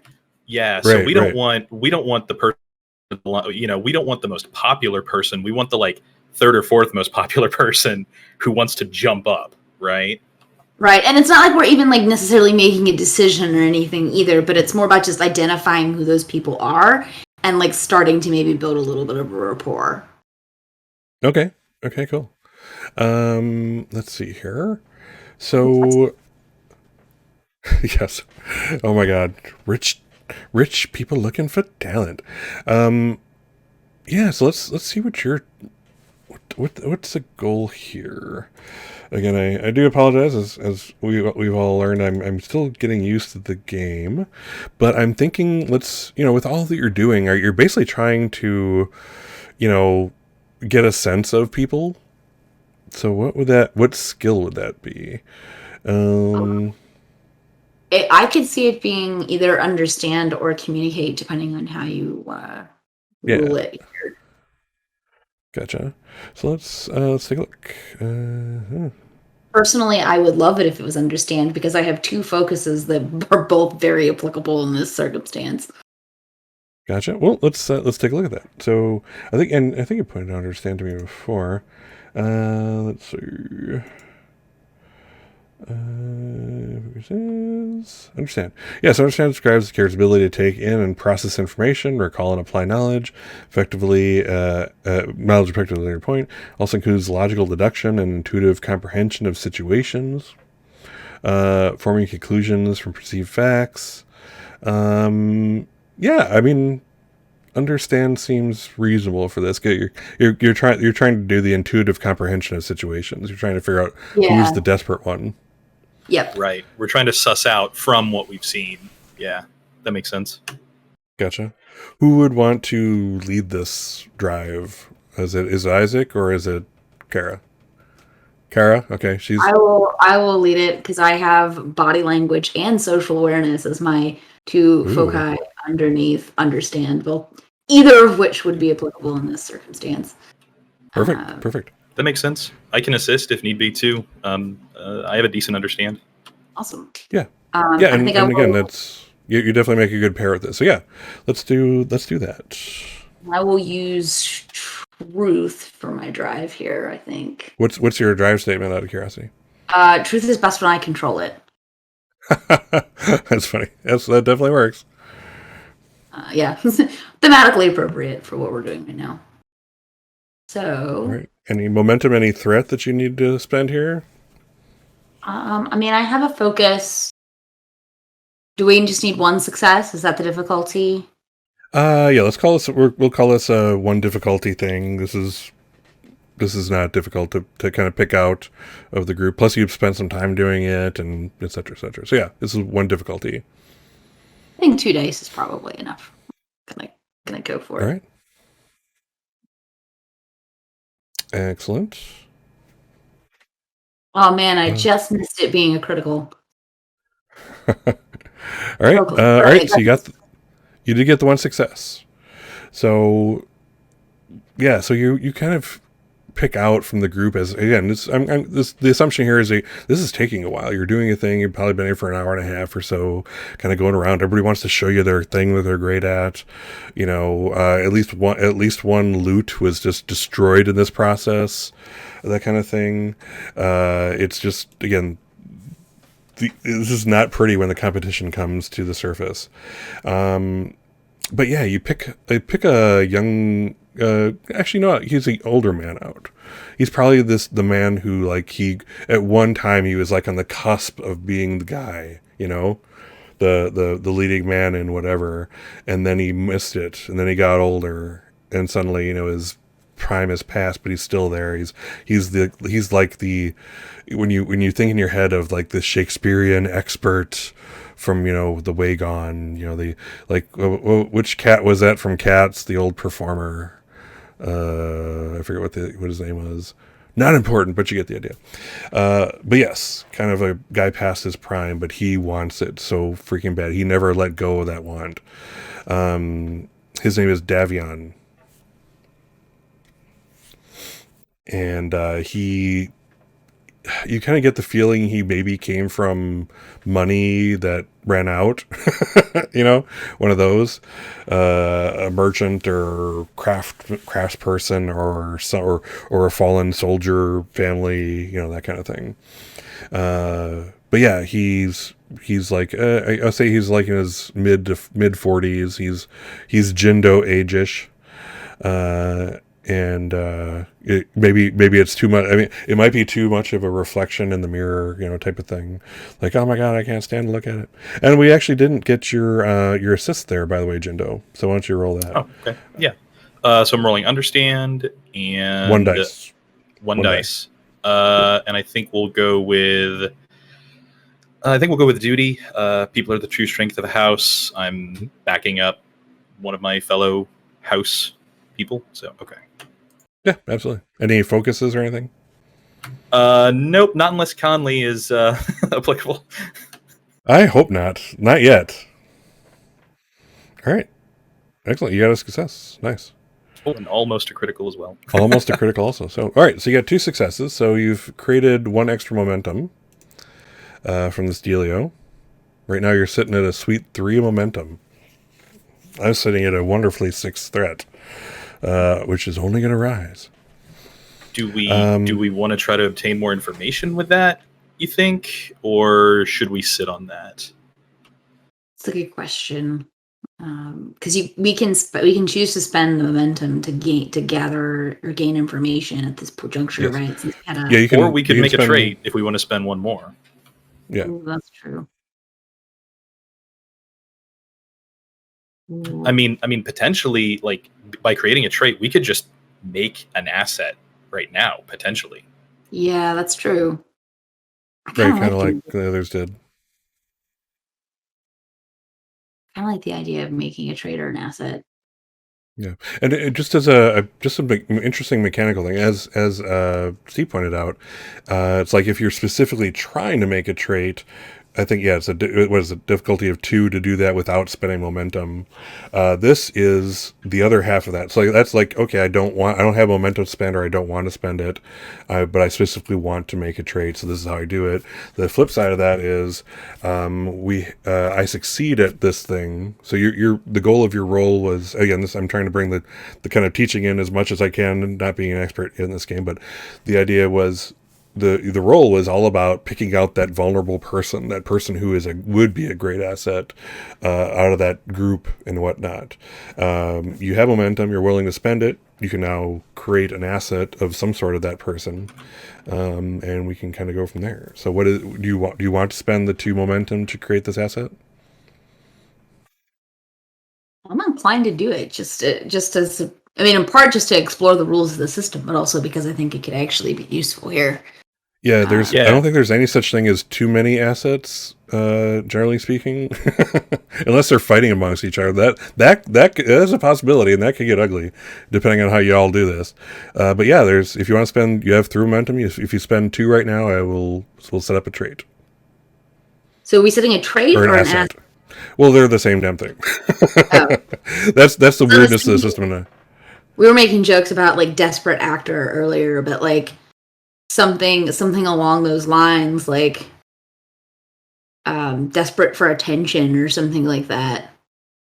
Mm-hmm. Yeah, I mean, an asset is a trait. It just depends on how you're going to use it. So I mean, this is going to function like an informant or like a spy, but I think if we call it something specific, like rising star or desperate actor, maybe that's more to lean on later, right? Yeah. Right.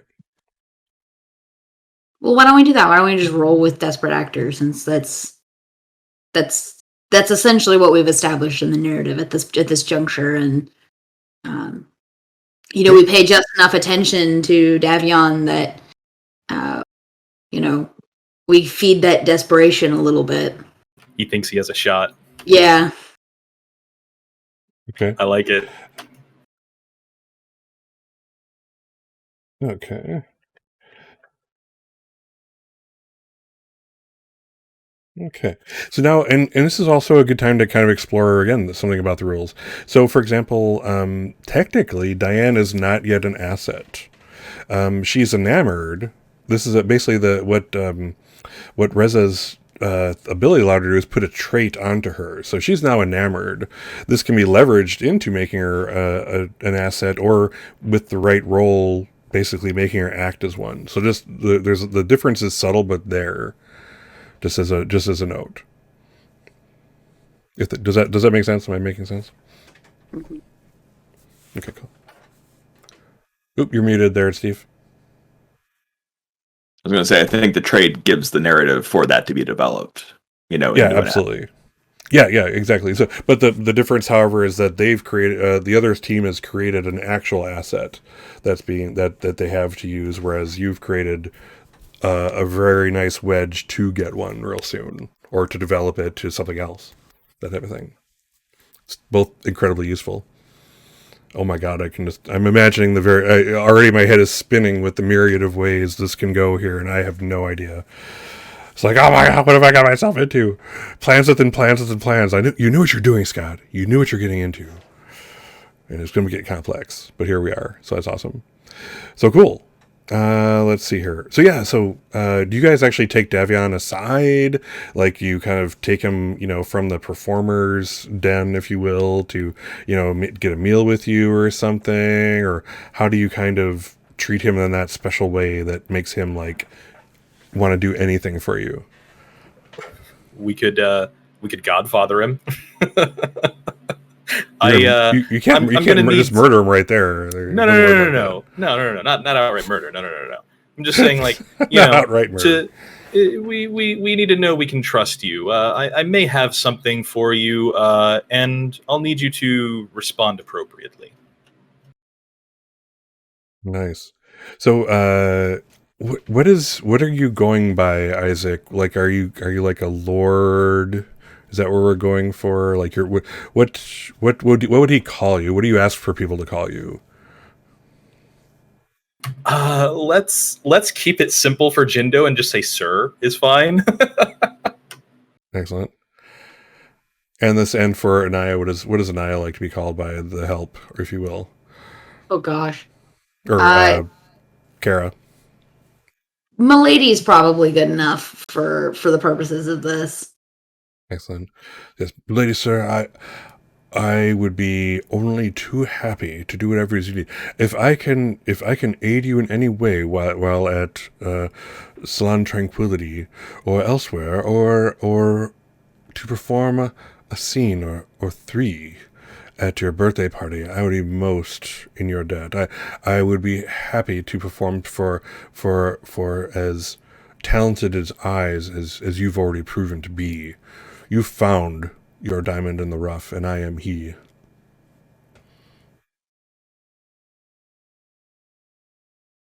I was going to make that rhyme somehow, but it just wasn't happening in my brain, so. We appreciate the attempt. I think, as Cora and I would probably say something to the effect of, well, we'll see, but you have a good shot. Always keep them wanting for more is the rule. Yes. Go for. Gotta keep them in that desperate zone.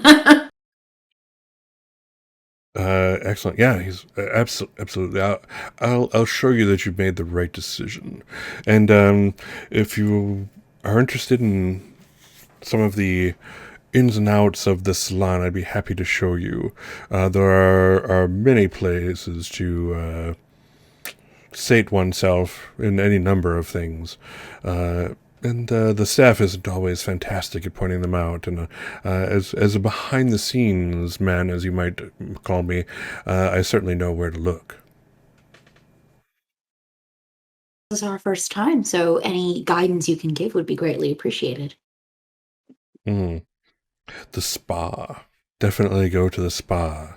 Get your your muscles massaged, your worries taken away. They scent the room with a light jasmine at all times.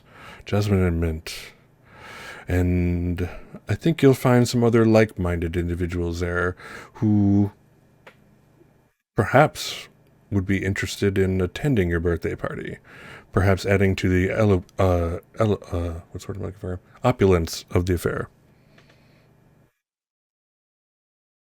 And I looks at Jindo like, huh. Too good for my daughter. Well, I'll have to go get some spa treatments then. If I must, why must I sacrifice for the house? Why? It takes everything from me. Twist my arm a little bit. Excellent. So over to Breza and Casper. Where has Diana taken you from like the kind of like the pillow area? God, I really have to. This is the pillow pit. I don't know what to call it. You know what I'm saying. Yeah. Lounge. So What was that? I imagine this is sort of like set up like a Moroccan lounge. So Very much. pillows and floor pillows and Tapestries and yeah, absolutely Hookahs. a hookahs at some point. Yeah, exactly. all sorts of Perfect. bright colors. Let's say she'll kind of take you around. This is interesting. So let's say there is another area of the salon. It's kind of on the opposite side of the main, like if you imagine like there's this main hall where everything's kind of interconnected. It's the center hub of everything. On the other side from where you are, there's this kind of gated area. It's literally like these like very decorative, like wrought iron gates gilded with gold, and there's guards on either side of it. Let's see. I think, yeah, I mean, you've been around various devices enough. There's like several spots, if you kind of get a glimpse in there of like cone of silence over here or there. These are areas where basically like you stand under them or near them, and it transmits like an inverse sound pattern, so no one outside where you're at can hear you, type of thing. And there's like fancy tables and chairs, and this is like the private club of the private club, and Diana starts working you over there. As she kind of gets up to the guards, she takes her pin, twists it, and opens it up, and there's like a jewel inside, some kind of like green jewel, and then closes it back up and twists it, and the guards open the gate for you, and they give you kind of questioning looks, like they're not you but Diana, like are they with you type of look, because if you weren't, they would have literally slammed those gates in your face. But she kind of like gives them the look, and next thing you know, you're in for the moment, but only because you're her +2. You are not members of this club that you're entering here. Yours for your pins, by the way, don't do that. Okay, yeah, I was trying to check mine to see there was Yeah, you're like, something hidden. that we didn't really? know. We couldn't have spent the extra 100,000 Solaris and gotten the entry pass here, that type of thing. But yeah, you find yourself, it's in the middle of a bunch of hyper rich nobles and merchants kind of doing business, like at the tables. Like, this is supposed to be a place of relaxation, discussion. There's business and debate going on. It's like equal parts, like I'll sell you this if you'll buy that, and how are your workers and being kept in line, the philosophies of labor versus slave labor and that kind of thing. And so there is an intellectual slant to what's going on here, but the undertone is always business. There's money changing hands here, and a lot of it. Is this the inner sanctum now? This is the inner sanctum. You're in there. So let's adjust you. Fascinating. Oop, and I keep forgetting to switch you guys over to the correct things. So yes, you are now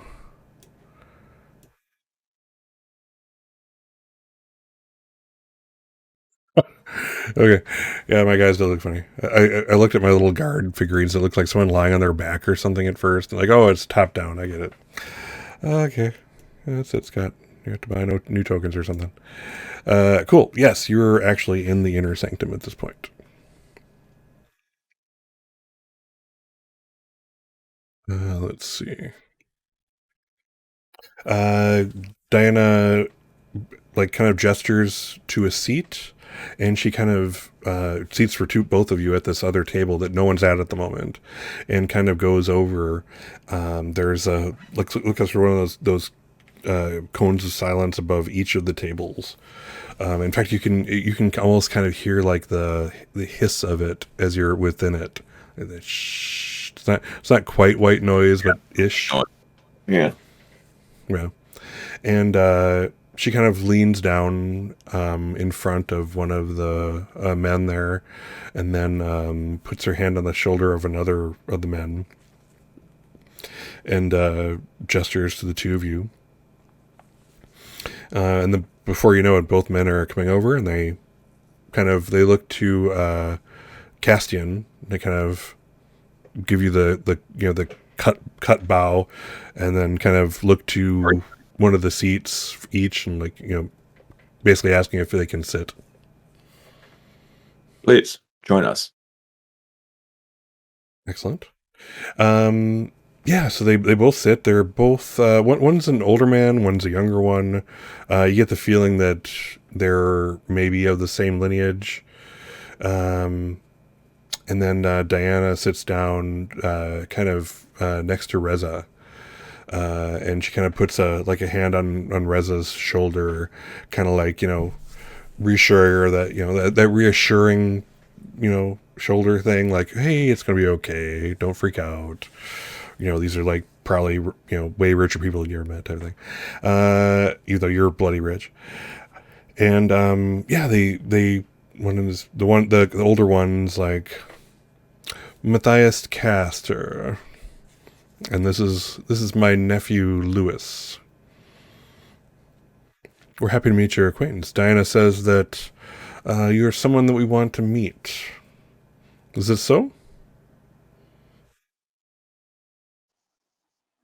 I kind of kind of look at Diana a second with a bit of a arched eyebrow at her, asking, kind of asking, what do you want me to say?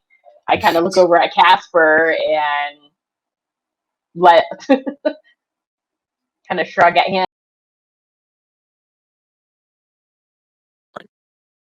She's one of the finest actresses and will soon be headlining many Gildrun performances. Mm-mm. That is no small feat from what I've seen. Not being of the house myself. And he kind of looks appraisingly, kind of the older man Matthias looks appraisingly at both of you, mostly actually at Castian or at Casper, to kind of gauge Casper's temperament in the situation.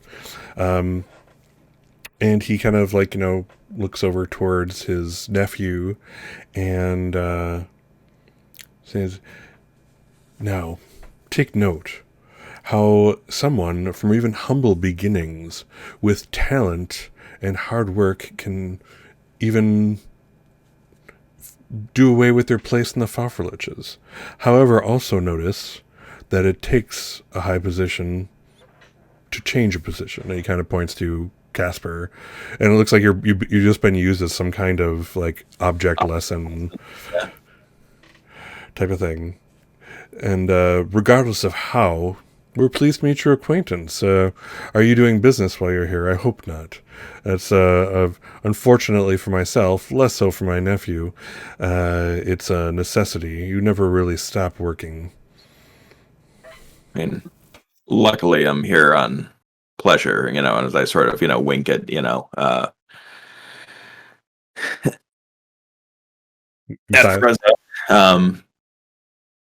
but if business comes up, it comes up. And I just kind of giggle and say, well, business for me is pleasure.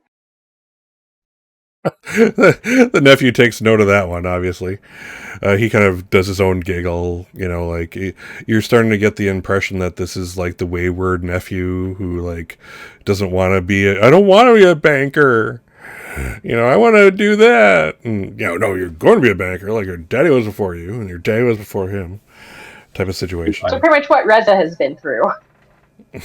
Yes, except Reza escapes. Do we know what that house does?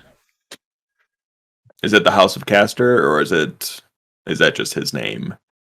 That's just to say there is the Castor name doesn't ring a bell. There is a individual within one of the houses called Castor, but that's just that's like how many Smiths are there? Yep. He's kind of like we're of we deal mostly in rice with the Atreides. Everyone needs rice, and with what the money made from rice, you'd be surprised what you can make. He's like, how riches can come from the tiniest little white kernel. Amaze me sometimes. It's like, and the nephew's like, yeah, Uncle, you pay so much money to come here and relax so often, and yet when we get here, all you talk is business. I've never once seen you in the spa. He kind of like brushes him off, and you get the feeling again that this is the kid is destined to either become a crappy merchant or not a merchant at all. They'll maybe get the distinct impression he might just be cut loose to save the house from having to keep this one around and as a failure, that type of thing. So I think his nephew kind of says that to him. I kind of get up from my chair and kind of walk around, like kind of run my finger along the back of the shoulders of the nephew and then go over to the uncle and just kind of put my hands on both sides of his shoulders and be like, I can't get him to go to the spa with me. How about you take some time to relax and you can come to the spa with me? Oh my God, there's about to be a spa party. I did not see this coming. I did not see it. I did not see it coming. Yeah. He kind of you can feel there's this tension in his shoulders that's always going to be there, but melts just a little bit under your grasp. And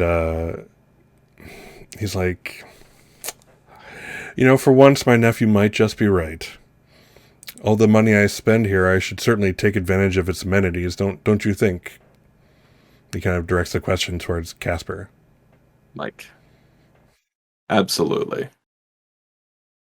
And among friends, relaxation is always possible. Good Excellent. one. I like that. Meanwhile, I'm like, again, horror, of like, oh no, I'm going to be dragged into the spa. Yes.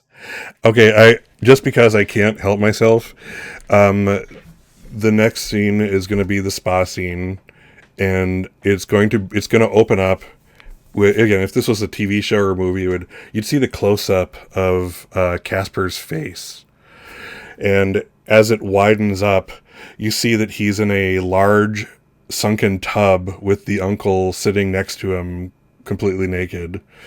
And steam coming up. The water is white with soap and oil, and all these things that would make any other normal person relaxed and whatnot. And Casper is probably not that. Yeah. So let's see. Yeah. So what is Isaac also going to partake of the spa? Is this a actual spa party, or are you exploring somewhere else while we do the spa scene? Yeah. Just to make it interesting, let's yeah. Spa I think for everyone. Yep. The spa episode of Dune. We did not see this coming. And I'm trying to look at like the espionage assets in terms of like what we could, come up with or use. And I think, at some point I'm going to want to be, judging, those around us or those that we're in contact with to sort of assess their threat level. And I don't know whether that be, an asset or a trait, or just, information, gained, through momentum. Well, what I would recommend is, let's see. So as we're going on, keep in mind that we can keep creating traits or assets rather, excuse me, or assets and traits. But again, the whole 2D20 system is the whole trait asset Venn diagram is very overlapping, but not at the same time to a degree. But a little confusing. But the point is, feel free because like a made up on the spot asset could be something like, oh, I had that. It could be reasonably said I had it concealed on myself and just never noted it or whatever. That is quite reasonable as long as it fits in with the situation. Like, I think one of the things in chats with people about this, what I've encountered is like, while it would be reasonable for you to say like Anaya does, like, hey, I don't wear a shield belt, but I have this clutch or small bag I always carry with me, and by the way, there's a shield belt in there. Okay, that makes sense. That's okay. However, if like we're Castian is going to assassinate somebody, and he says, oh, by the way, I'm creating a knife asset because I carry this knife with me all the time. And I'd be like, oh, but you did just get through, like, you were patted down and searched. Right. And you're in this. You did this thing in the fiction happened that says that this is not a reasonable asset to create on the fly. That there is that distinction. So like, if it's reasonable, make it. So like, for example, you guys be creating small cameras or listening devices. Just keep in mind that this is the Duneverse. These are not smart devices. Like, you place them and they stay there, and then if you want to get the information off them, you go back and you pick them up, type of thing. That kind of goodness. You can keep making assets of people. Hey, I give one of the guards, we can do a scene where you make an asset of a guard, specifically to like, hey, here's a handful of Solaris. I'm hoping to get what's their face alone in this room. Maybe you could not be there, because I want this rendezvous to happen, that kind of thing. So start thinking. I'm thinking this episode is mostly the planning session, the getting ready, and maybe next session is going to end up being we have our assets and we're putting those assets into motion things. Just wanted to have that conversation, to talk about, like, to kind of understand, this is, sort of like the intro to the scene, into the conflict, and, we're proceeding from there. Yeah. So this is, and not to say that we can't continue to do the asset creation and the scenes with the next one, but obviously we're not going to be finishing this adventure this session. Yes. I'm sorry, what was that? In the next next 15 minutes. Yeah, it's not happening. I would be off my game if suddenly we solved this adventure in 15 minutes. I'd be angry at myself. So we won't, because I don't like being angry at myself. I like to like myself. Which, by the way, happens most days. I'm a very blockable guy from my own point of view. So there's that. Other people's point of view is debatable, but there we have it. So yes. So we're going to kind of continue to do, asset setups with role-playing scenes. I don't want to lose, even though the conflicts seem to be very, very much kind of glossing over the scenes in general. And I think there's a time and a place for that. Like, for example, like for like some of the espionage things, it's like, the person goes and acquires the asset of a guard uniform.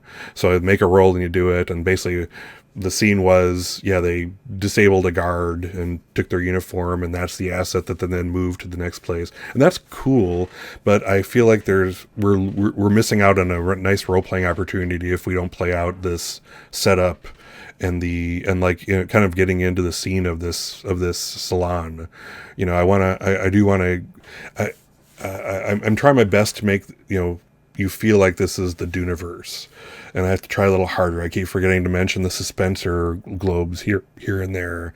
We're doing a good job of bringing up spice and et cetera, and shields and, poison supers. And I kind of want to keep that there. I don't want this to...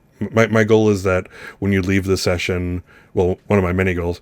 One of my goals of the session is that you leave the session feeling that you're in the Duneverse and not just like D&D with, las guns type of thing. So there is that. But yeah, let's see here. So let's say this. So let's save the spa scene for the start of the next session. We'll keep that close up draw out because that's comedy gold right there. I really need that badly. So let's talk about character advancement. I want to make up for last session and make sure we do that. And I've generally, this is the thing we can cover on Discord, but since this is our first time kind of really looking at it as a group, I think it's good to, to at least take a look. So advancement points. And again, we're looking at both last session and this session because I have to catch up. So let's see. So during an adventure, you can gain advancement points the following ways. Adversity, you gain advancement points from facing difficult situations, making mistakes, and suffering the consequences of actions. Failure is a harsh teacher. So yeah, the question is, has anyone done last session or this session something that is adversity? Face difficult situations. I would say Reza definitely did, being, ran out with a knife from, someone where that's not her thing that she's trained for. So for example, that would be a good point. Anyone else have like adversity situations from like last session or this session that really strike you?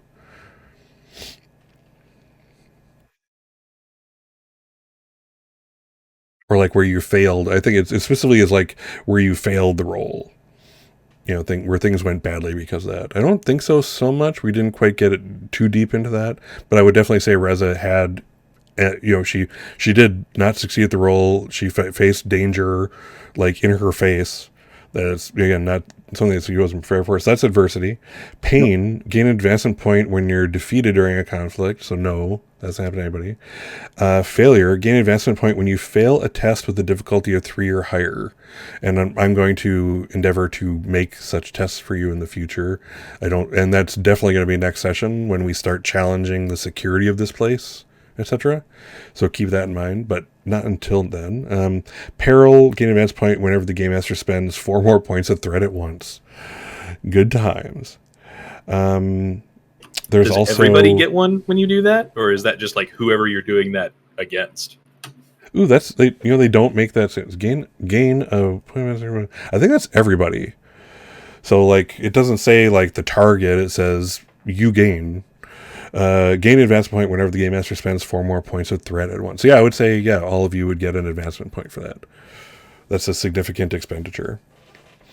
Let's see, ambition. When you gain advancement points whenever you succeed in an action which supports your ambition.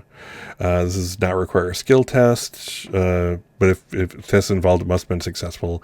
You receive 1 advance point if the action was a minor contribution to your ambition, or 3 if the action was a major contribution. So let's look at your ambitions. What are, like, for example, Castian, what's your ambition? His goal is to be captain of the guard at some point. So anything that, gets him notice from the upper ups in terms of, some, significant, protection or, saving someone, I think qualifies. Cool. And so last session or this session, do you think you've contributed to that at all? I think last session, yes, just because we did, prevent like a house agent from, a rogue house agent from getting the house in trouble, with another house. Cool. All right. I would definitely count that. Well, I would say it's a minor one. Yeah. Do you think it's 1 or a 2? But no, I wouldn't say a 3. 1. It's 1. I think it's minor. Okay. All right. So kind of put yourself down for one of those. Reza, what's your ambition? Holding pattern. My ambition is, says to most people, her ambition looks like she wants to become a famous actress, but in reality, she is a Mentat spy for House Gildren. Okay, So she puts on the facade very, very well of wanting to be famous. Acts very much like she wants to be famous, but she's mostly just gathering a lot of information when she's playing her part. Okay, so let's establish the ambition. Like, what's her actual thing? What does she want to do?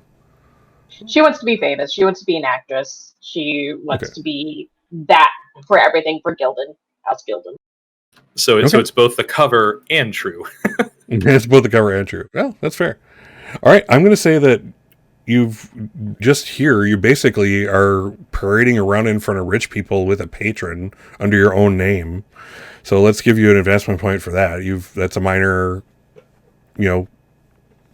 step towards your ambition. Excellent. How about Anaya? What's your ambition? So Anaya's ambition is to eventually become the Imperial Truthsayer.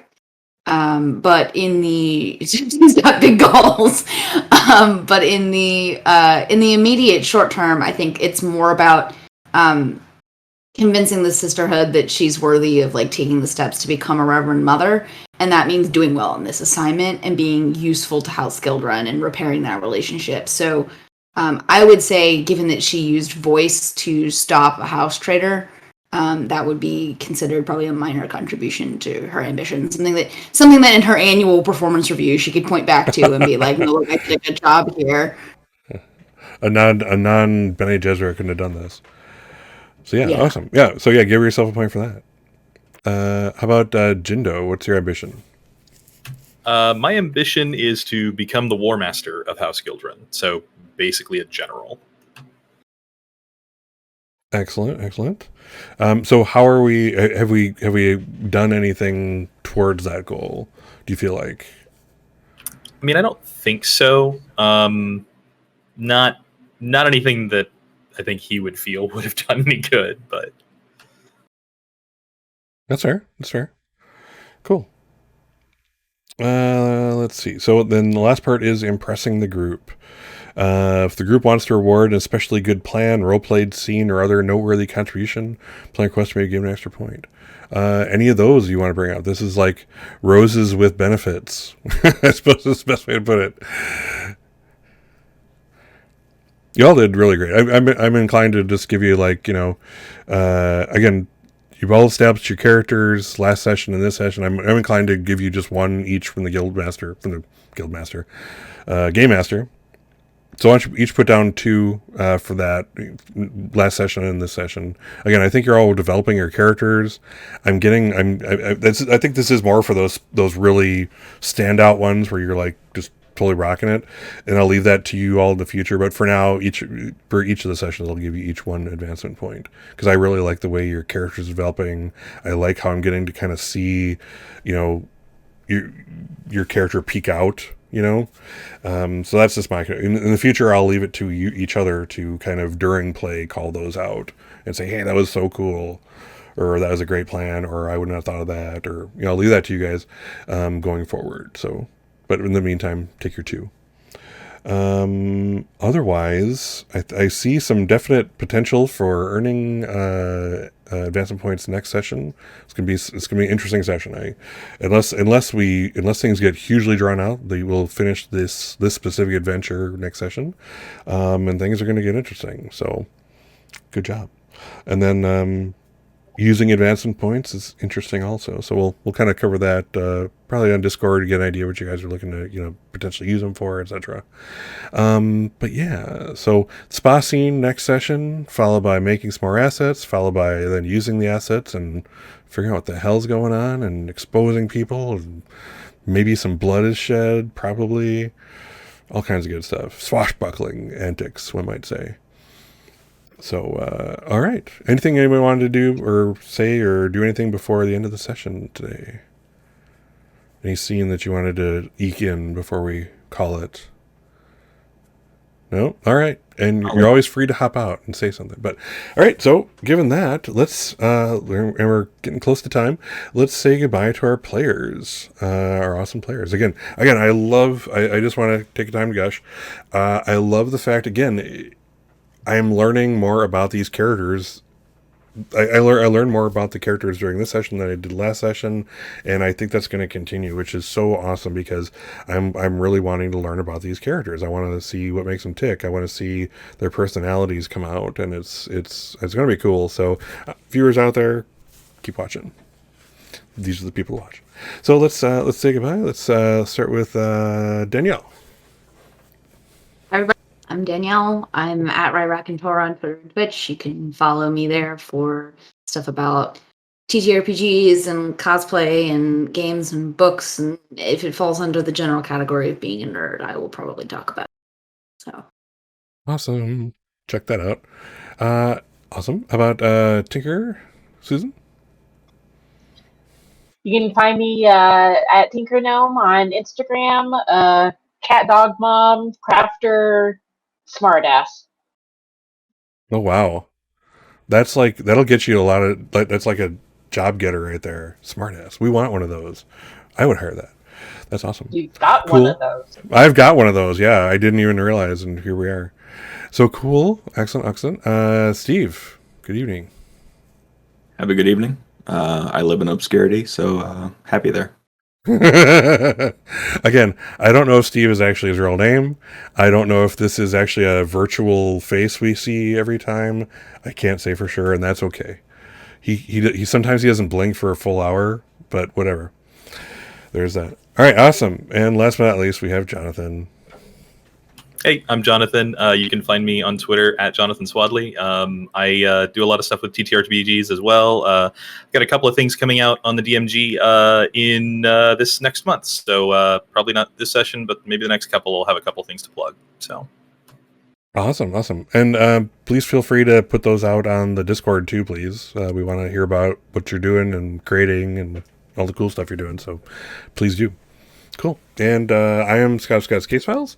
If you're watching this on Twitch, feel free to follow, subscribe, all the good stuff. We're happy to have you back to see some more Dune and Bedlam Hall at the moment antics, all that kind of good stuff.